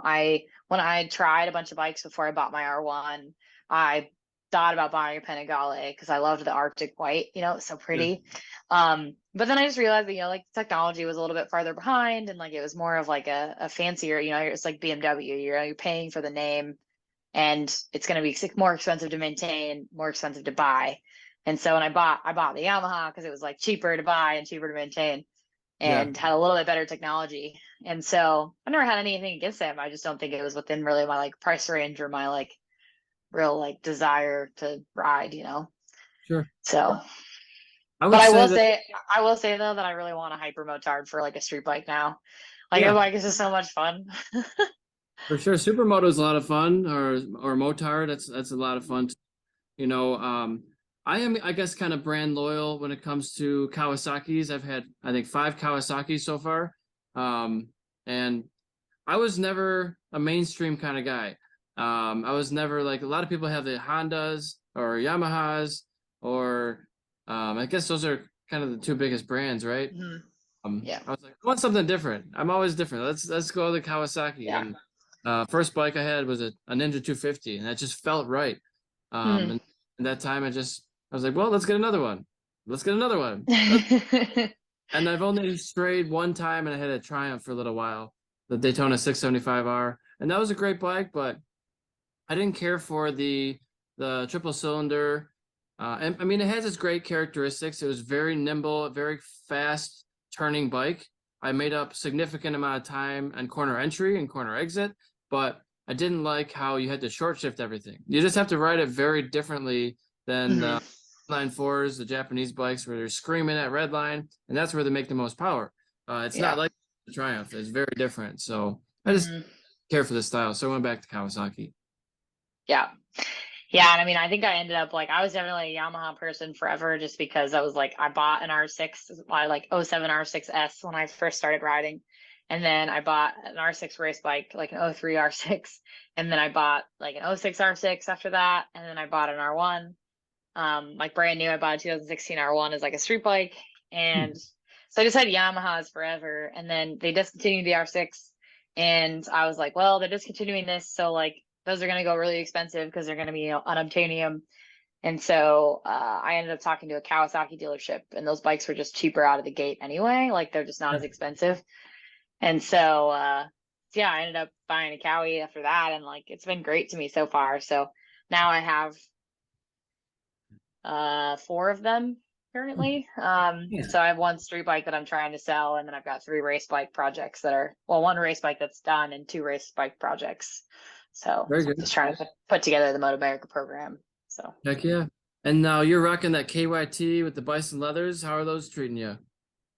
great. Yeah. KYT has taken such good care of me, and they've been protecting my noggin now for 2 years. Nice. So they're really lightweight, and it's a really great, company with really great customer service. And Same with Bison, honestly. So Bison I've been with for 2 years now. It's my second year. It's a family-owned company. And they come to all the race rounds themselves, bringing their kids. They bring their bunny in their little motor home. And Rob and Tasha are great and just really help out. And, they got pit shirts as well. They do like custom shirts, I think they do like custom jackets now at this point, custom gloves, all that stuff. And it's really cool just to be able to work with like an American company versus, those like Pakistani companies that like send you emails on Instagram like, you look like a motorbike rider, Yeah. so like it's been really great to work with them. I think it's still made overseas, but like you get to actually deal with, people here that are very nice. So Yeah. they've been great so far. And I've crash tested my Bison leathers more times than I care to admit at this point. Yeah. Yeah. It works. Yeah. Yep. It works. So Very good. And all those Bison leathers they're custom suits with custom colors and everything. So that's a really unique thing that you can add all different types of materials that you can do. I know Tasha and Robert very well, and Carter. I know they have a daughter. I'm not sure her name. Edith. Edith, yeah, that's it. So yeah, they got a pretty sweet motorhome. Now the lackeys be tripping all over the country. Lackeys be tripping. Yep. And I think Thumps, I can't remember if Thumps is the bunny's name. I'm pretty sure that's his name. He's pretty cool. I got to meet him for the first time at the Czech Wall around last time. He was like such a little like diva bunny, he was like laying in his little corner and he made me come to him to like pet him. And then I stopped petting him and I was like, come on out. And he was like, and he like came out a little bit and I started petting him and he was like, come back to me, and like made me pet him like in the corner. He like wouldn't leave. And I was like, all right, I get it, dude. I get it.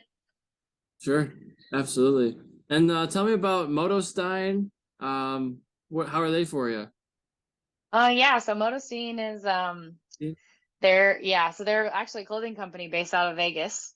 And they're also a small family run business. Eric and Maria are they kind of started it basically because there wasn't a lot of women's clothing with motorcycles that it was like related.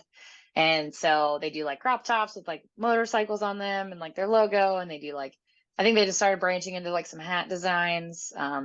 They're trying to get some equipment to do some more like custom made t-shirts. But they have some really cute clothes there, and so they're working on it, but they're obviously a super small family owned business as well. So Nothing for me there then. I mean, you could probably rock a crop top. That's like a new thing, right? Men wear crop tops now. Oh yeah. Yeah. How dare you assume my gender? Okay, sorry. Anyone can wear crop tops now. No, it's all good. And then are you using anything for like relief or recovery, like a CBD or anything like that? Yeah. So Sweet Life CBD is a company actually based out of Washington. A lot of local family-owned businesses are really what I think I target when I get support from people. But I think they're based out of like Tenino, and their products are probably the best CBD products I've ever. They've got like topical CBD stuff. They've got a recovery and relief pill. And it's just like, it's amazing. Like you come home from a race weekend and you're just beat, you're like, your whole body hurts and like aches. And I'll take one of the like recovery like pills before I go to bed. And I'm just like sleeping on a cloud all night. My muscles don't hurt. And I wake up the next morning and I'm like, wow, did I race all weekend? Like, I don't actually know. Yeah. It's super cool stuff. And so you're allowed to use CBD in Moto America, but not THC. Is that correct? I believe so. Yeah, there was a little bit of a question on like whether or not I could have my pop-up with Sweet Life CBD on it, because they don't typically like to promote like any sort of drug products and any other stuff, but I don't think I had enough TV coverage for it really to matter. So Sure. And I think we should get into like pharmacy sponsors, like get I don't know, Zoloft or something as a sponsor. Because those I heard like 75% of all advertising on TV is pharmacy. So I'm like, I'm not advocating for people taking these drugs, but like I know the money, right? Yeah. Oh, for sure. Big Pharma probably has tons of money that they would be able to like give to that. For sure. And then I see you have PCP Motorsports. Is that PCP the drug, or like what is that? No, not so much. They're based out of Sacramento. They're the dealership I got my Cowie from. Chad Sutton there is a great sales guy there, and They hooked me up with a bike. They've actually hooked up a lot of people locally with bikes, so you'll see a lot of PCP Motorsports stickers. So Very good. I'm not really sure. I'm not really sure where the name came from, to be honest. Sure. I didn't really ask that question. And then, what are you using for your fluids? Are you what kind of oils or lubricants are you using?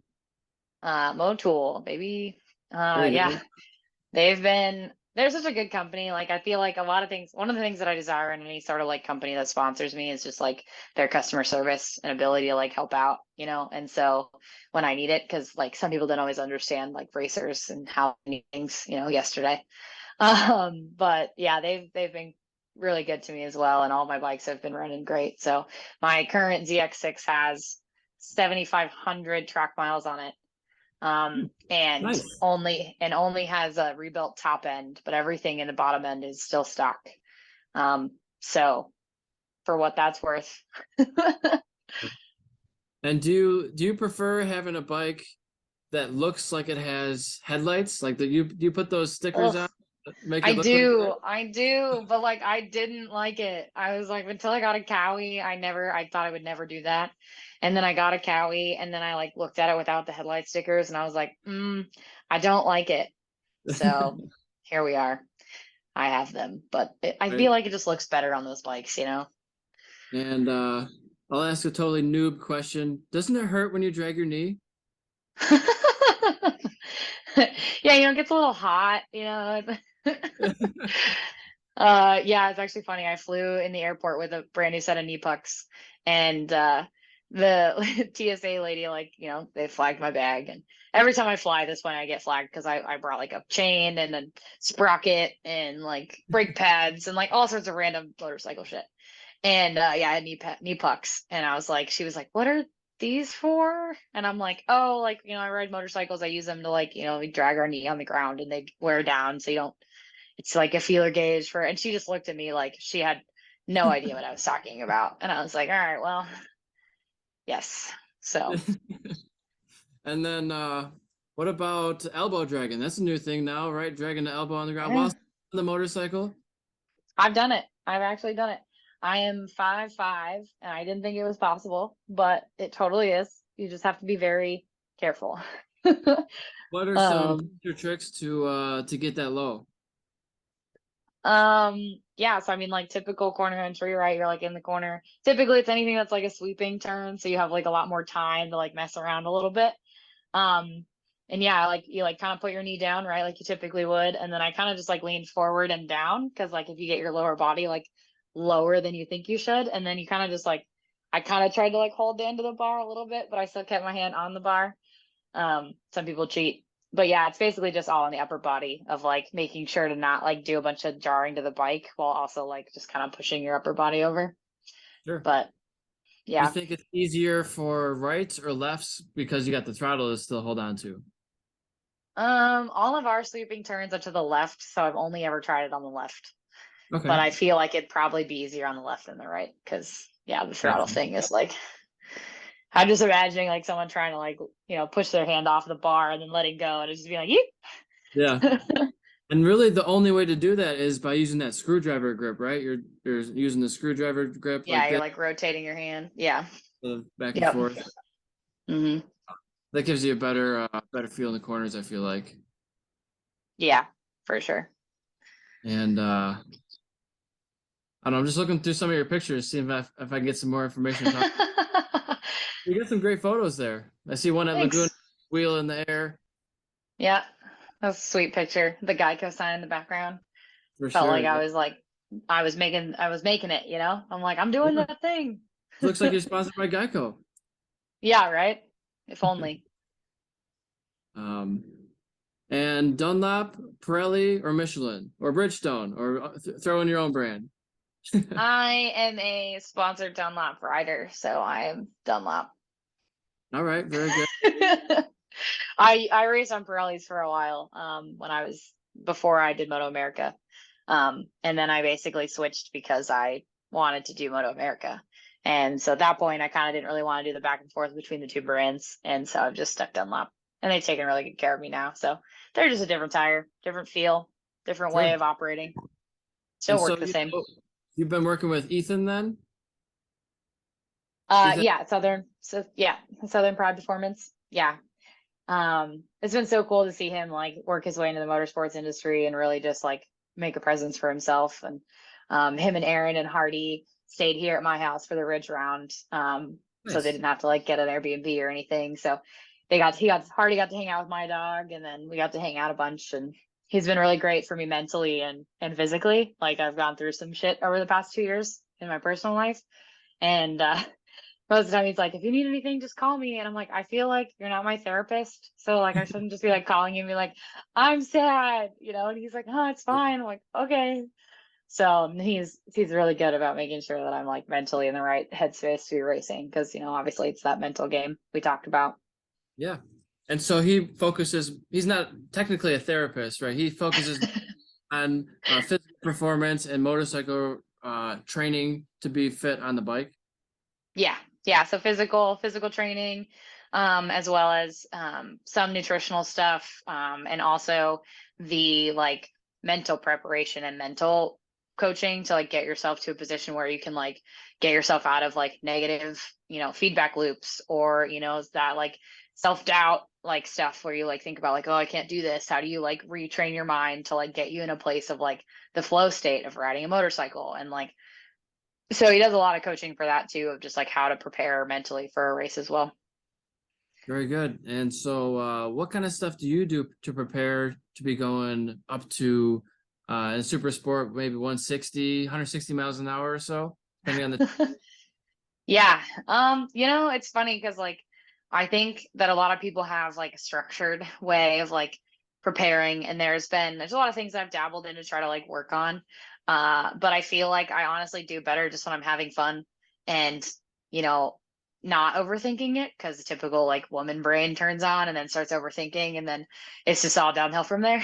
So yeah. typically it's like I need to be in a positive mindset going into the race round of feeling prepared. Like if I pack early, like I always try to get ready early enough, so if I remember anything, I can like throw it in my bag. Like that kind of prep just does me better for my mental state. And then otherwise I'm like, I've tried to, haven't been drinking as much, treating myself more like an athlete. Really just Well, you doing are those an kinds of athlete. things. Yeah. I know whenever like I go to like a bar with my friends now or whatever, they'll be like, are you drinking? And I was like, no, I'm an athlete. And then they just look at me and like, and I'm like, what? Okay, it's hard to race motorcycles. I don't need no alcohol in my body beforehand. We'll celebrate afterwards. So I'm not like, I don't cut it completely out, because I still feel like life is made for enjoyment, but I Yeah. don't need to be drinking all the time. So Oh, sure. I mean, it's not gonna, I don't know that it helps you, right? It's not gonna be, obviously it'd be a detriment if you have it in your system, and that's not, nobody's gonna do that anyways. But like if you listen to a Colin Edwards type of character, he's like, yeah, one year I rode my road bike all the time. I did hundreds and thousands of miles, and then I didn't do so well. And the next year I just went to the bar and drank with my friends, and I did better than I ever did. So he's like, and I didn't do any of that. All that riding was for nothing. And he said, it puts you in the mindset to be better, but so much of your riding is mental. mhm. Can't be a big fat slob and do well. That's not gonna work. If you're Yeah. if you're close to fitness and you have a couple of drinks, it's not gonna kill you. Mhm. Yeah, I think it's a little give and take, right? Like there's no like right or wrong answer. And like you listen to some of those guys that race back in the day of like they'd race on Saturday, get hammered that night, and then they would come back to the racetrack on Sunday and be like, hung over as shit, and they'd still be fast. And Yeah, now they call us youngins like, soft, because they're like, you don't even drink on the weekends. What are you doing? And you're like, it's not like it used to be, man. Like, right. but It's a lot more competitive. yeah, and so I feel like there is the give and take of like it is a lot of the mental game. Like you can do all the mental prep, beforehand, or like, hey, you worked out 7 days a week, but like if you're not mentally prepared or whatever, and like in your flow state, like you're just not gonna do good. So, and I'm Now, definitely one of those people that has to like visit and like talk to people like while I'm there at the racetrack. And so like I can talk to people like up until, 10, 15 minutes before I go out, or like right before I go out. Cause I'm just like, if I keep like do that and I'm like having fun, I do better than if I'm like sitting there like focused with my headphones in going like, all right, we're gonna get going. We're gonna like, and I'm listening to my like theme song, and it's like, no, it just doesn't work. I get all psyched out and then overthink, and this is not good for me. And I feel like people have a misconception about motorcycle racers or racers of any motorsport. They think that we're these crazy adrenaline-seeking psychos who are like heavy metal music and just going crazy and rocking out right before and like psyching ourselves up. Most of it's like, calm down, just get back to what's real, what's happening in front of you. And I always used to use a lot of visualization techniques. Just close your eyes and see what you're going to be seeing on the track. Go through the whole lap. Yep. Yeah. Controls like apply the brakes, apply the throttle, brake here, look for your turning point, your reference point, your apex, and all that stuff. Are you doing some things like that? I have in the past, yeah, where I do like a mental lap before I go out. It's not regimented. I don't really do it all the time. It just really depends on what I'm focusing on. When I did Moto America last year, I tried to do one before I got on the bike to go out. I do like a mental lap on the bike where I'd like close my eyes and like pretend like I was setting up for corners, yeah, and use my brake and my, throttle and like pretend like I was shifting. And I couldn't tell you that like it helps or doesn't help, but yeah, I mean, when we're out on the racetrack, like we're not like freaking out in our helmets. It, like more or less like in my brain, I'm always like, I got this, you're fine, like it's okay, like chill, like just be smart, like that's a lot of things that go on in my head when I'm like racing. Is just like, hey, you got this, like it's okay, like wait for your opening, don't rush, like all that stuff is what's happening in my brain. Although I will say I do listen to like Five Finger Death Punch before I go out sometimes. Sure.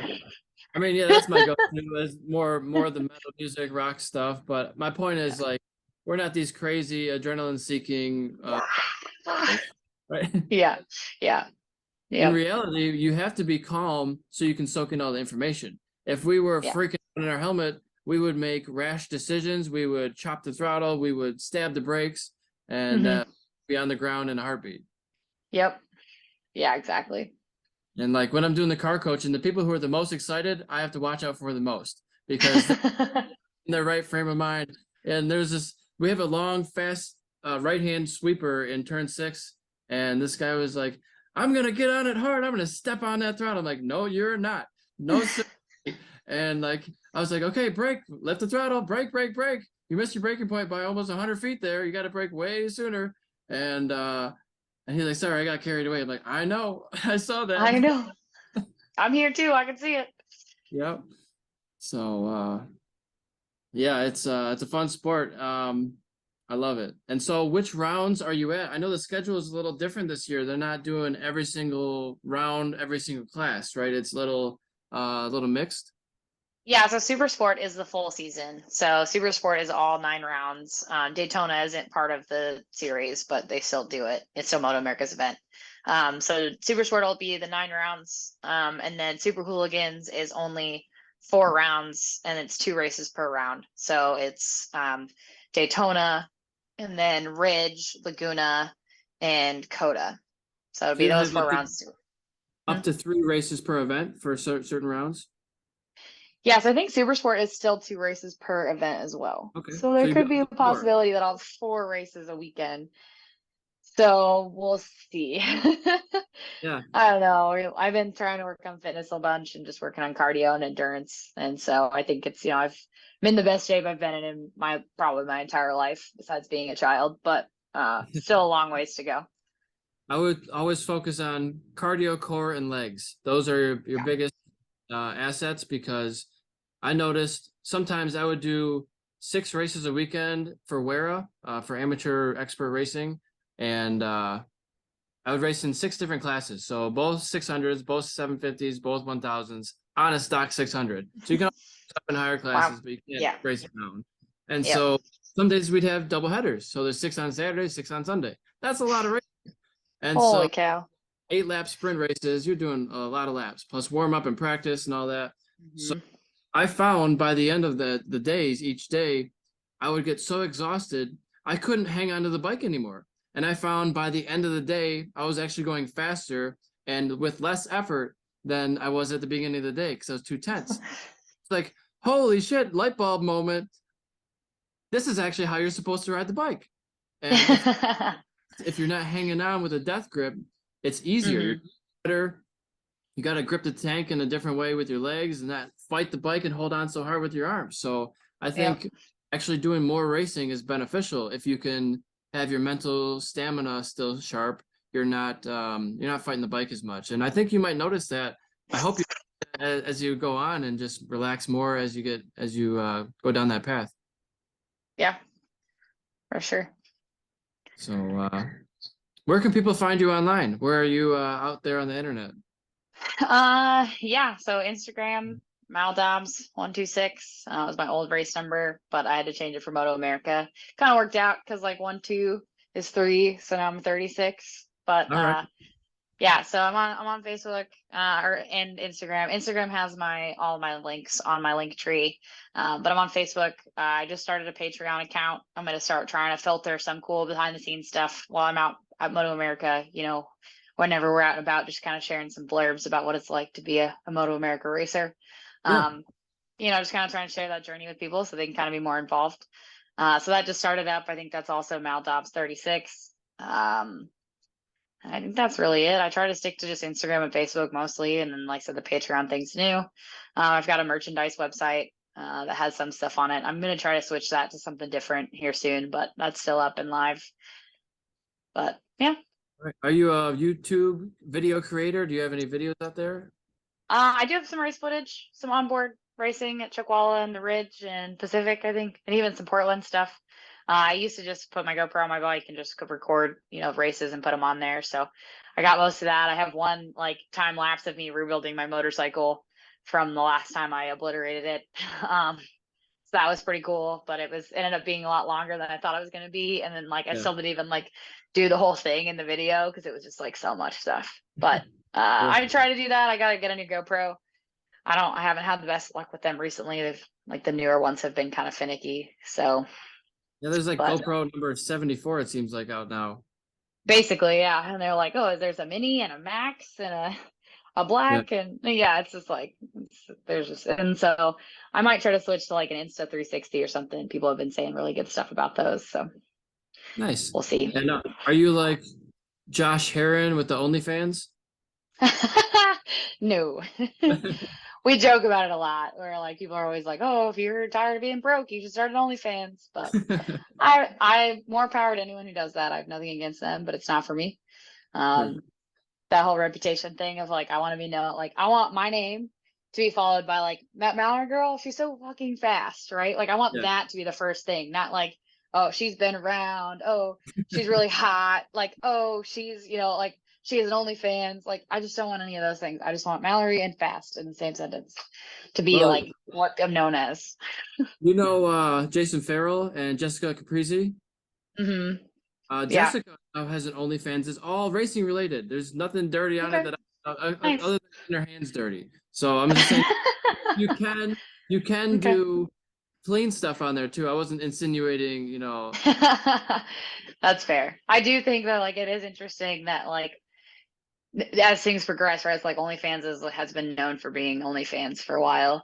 And then Twitch streams used to be just video games, and now Twitch streams are kind of soft porn videos sometimes. It's a very weird world we live in. Yeah, there's some weird videos on yeah, there's some weird stuff on Twitch these days. So I might start trying to do some more Twitch streaming stuff. I haven't really played around with it a bunch, but like I said, I used to do that a lot when I was playing in college, and I still have the Twitch channel, and so I'm well, I can make that into some more racing stuff or some video game stuff for people that do racing or whatever. I don't know.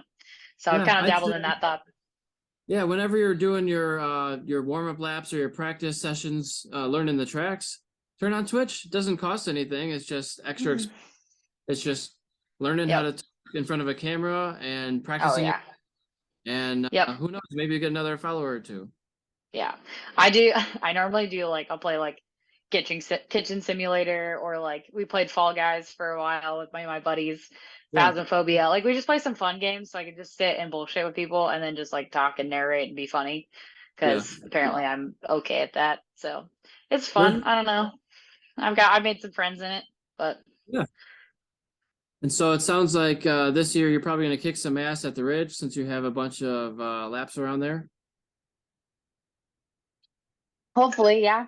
I got like 2 seconds faster even after the Moto America round there because I was like still going and doing the local rounds. And so I think the fastest time I ran when I was there was like a 49 or a 48 Okay. when I was at Moto America, and then I ran like a 47 something at the end of last season just doing our club events. So I'm hoping that keeps going, and then we can keep, because I think like Heron was running like 45s I think last year. So we're getting closer. Yeah.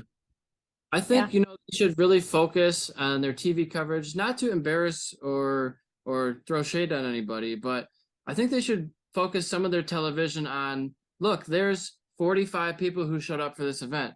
We only take 2.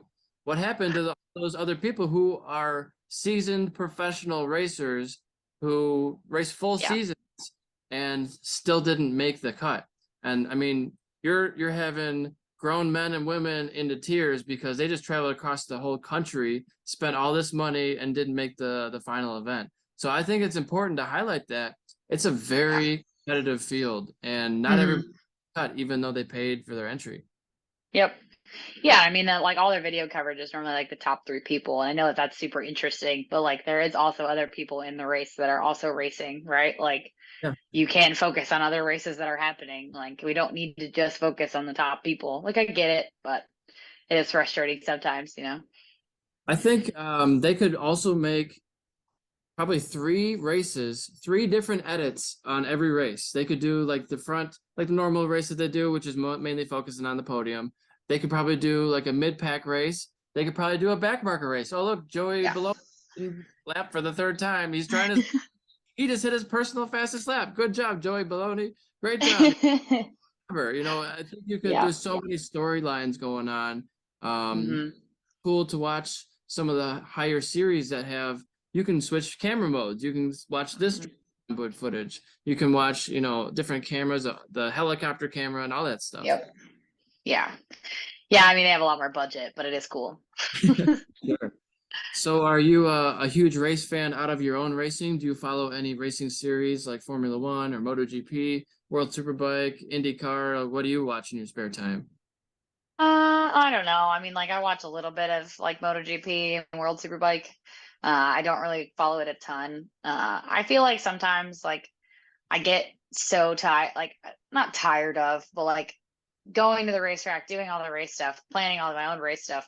Sometimes when I come home and I have nothing to do, I'm just gonna watch some like dumb Netflix series that like I can turn my brain off and just like watch something, versus like, oh, I want to watch more motorcycle racing, even though I didn't get enough of it this weekend. Like there are certain times where I'm just like, I don't want to think about motorcycles for like an hour. Yeah, it's okay to switch off and do something different. I think there was one guy. It was I can see his face. A British dude, Cal Crutchlow. He said in his off season he doesn't really ride bikes. He tries to like deload and offload all that stuff. And look, he's a MotoGP racer. And so it's good to have a balance. It's not always great to be obsessed all the time. You might get burnt out. You might start hating it. It's good to have a contrast, I think. Yeah, for sure. And I wanted to mention there is no passion to be found in settling for a life that is less than the one you are capable of living. Heck yeah. What do you think about that? Just being inspirational, I'm just trying to motivate people. Normally, actually, I'm trying to motivate myself because I went going through some shit. And so therefore it makes me feel better if I can like try to motivate myself. No, I like it. I like the quotes. I was texting this girl the other day, and she's like, "You're just like a book of quotes, aren't you?" I'm like, "Sorry." Did you use my quote on her? How did it work? No, I didn't. But I might. Maybe I'll send that to her later. Okay, let me know. I guess I will, for sure. I was just scanning through some of the Facebook photos, trying to get some more information. Yeah. You got a lot of good riding photos. It looks good on there. So do you like the Ducati or the Cowie better? I mean, it's hard to pick. They're just so different. Yeah, they're very different. I mean, it is fun and invigorating to be like throwing in a bike that has, like a 35-inch like seat height and like just sit there and just like throw it into a turn and then just like drag your shifter and your toe and you're just like, and you're like, oh my God, this is fun. It's just different, and then just like giving it like the full throttle and like the low end grunt of like the hyper is just so different than the Cowie. So it was funny. I actually I have the Robert at Cali Photography down there at Chuckwalla got it on video, but I finally got the rear tire to slide out. Like I hadn't done it all weekend. Like I've been trying to kind of like push it, and I finally like step it out and he gets it on like slow-mo video, and it's all aggressive because it like slid out and then the bars are like this and like it was a pretty cool video. And I was like so stoked that I finally got the rear tire to slide out. I came up to my crew chief and I was like, "Did you see that? I finally got the rear to slide out." And he's like, "I'm so proud." Like, Right. yeah. And so what do you say would be the benefit of the rear stepping out like that? Does it help you get the bike turned on corner entry? No, it just made me feel like I was pushing the limits more, like it was like there was the edge of my like tire traction, Yeah. So no, there was no benefit. It wasn't good. It was just a matter of like I was going fast enough and pushing hard enough to actually test the limit, Right. Yeah, So. Fast and the Furious has not done great for teaching people what's fast around a racetrack. Like, let's go drifting, right? Drifting is faster, right? And well, Yeah. no. No, it is not. Did you see that they came out with a new one of those? Fast Furious 34. Yeah, Fast X is like coming out this summer. I don't think I've seen the last 2 or 3 of them, to be honest.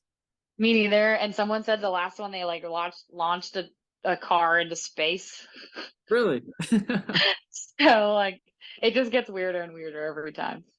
I mean, I like it. Don't get me wrong. I just there's so many of them. There's so many movies out. Everybody's like, "Oh, you should watch this series. You should watch this one." It's like there's too much. Yep. I can't soak it up. Nope. Yeah, I'm the same way. I'm like, oh, I'll watch a couple things here and there. Like I watched the new Ant-Man with my friends the other day, and it was a pretty freaking weird movie too. But yeah. I did just watch the other day. It was the Doctor, the Kentucky Kid, and the Texas Tornado, and nice. And that was from a few years ago. That was like 2004, 5 time frame. But yeah, it was cool to see all that again. It's all about Valentino and Nikki, and that's cool to see Nikki. Yeah. I think they just came out with a Mark Marquez one too, right? Like they just came out with another documentary on him or something. Yeah. And then F1 came out with another Drive to Survive. Yep. Everybody's always like, "Did you see the last Formula One race?" And they're talking about Drive to Survive. I'm like, "No, I watched the race. I didn't see the series." Yeah. But I think it's doing a really good thing for motorsports in America. It's booming now. Events are sold out, and it's now $900 for the Miami Grand Prix for a general admission ticket for the 3 days. Holy cow. To get in with no seat. I think that's phenomenal. Yeah. I mean, it was the same way in Vegas, right? Like I looked at the Vegas tickets too, and it was like standing general admission was like I sold out and like $900 a ticket or whatever, $1,000. $27,000 for a 3-day pass for VIP at Miami last year. That's a price of a freaking car. That's crazy. And they had the fake marina, with the water that didn't exist for all the yachts. Yeah. I guess they didn't get the permits in time or something like that. That makes sense. But we got 3 Formula One events now in the States. We got Miami, Coda, and Vegas. So Vegas, yeah. Vegas, F1's coming to Vegas. I just posted something about they're doing the construction not too far from my house. Although I probably won't work the event because I'll be working at Speed Vegas, and there's going to be so many people in town that are motorsports related. We'll probably make a killing and be totally sold out. Oh, for sure. Yeah, for sure. Very good. Well, we're coming up to 2 hours. That's about an hour and 59 minutes so far. Is there anything else on your mind you wanted to mention before we sign off? I don't think so. I mean, I'm going to share the heck out of this. And then, I mean, mainly if anybody's watching it past the 1 hour mark or whatever, just listen to us ramble on. But always looking for support for the race program, looking to support small businesses, really just advertise for them and just kind of help support my program, make my dreams come true is always helpful. But, it's a hard life to be a racer, but it's also really fun and this is my dream. So here we are. But I really appreciate the time and doing this with you. It's a lot of fun. Very good. Well, I'll get this edited and posted. It won't be too long before it's out there on YouTube and Instagram and Facebook and all the Spotify music apps, iTunes, Google Podcasts, all that stuff. So thanks so much for coming on and talking to me for 2 hours, and I'll see you at the racetrack. Cool. Thanks, Eric. All right, thank you. Have a good one. Bye.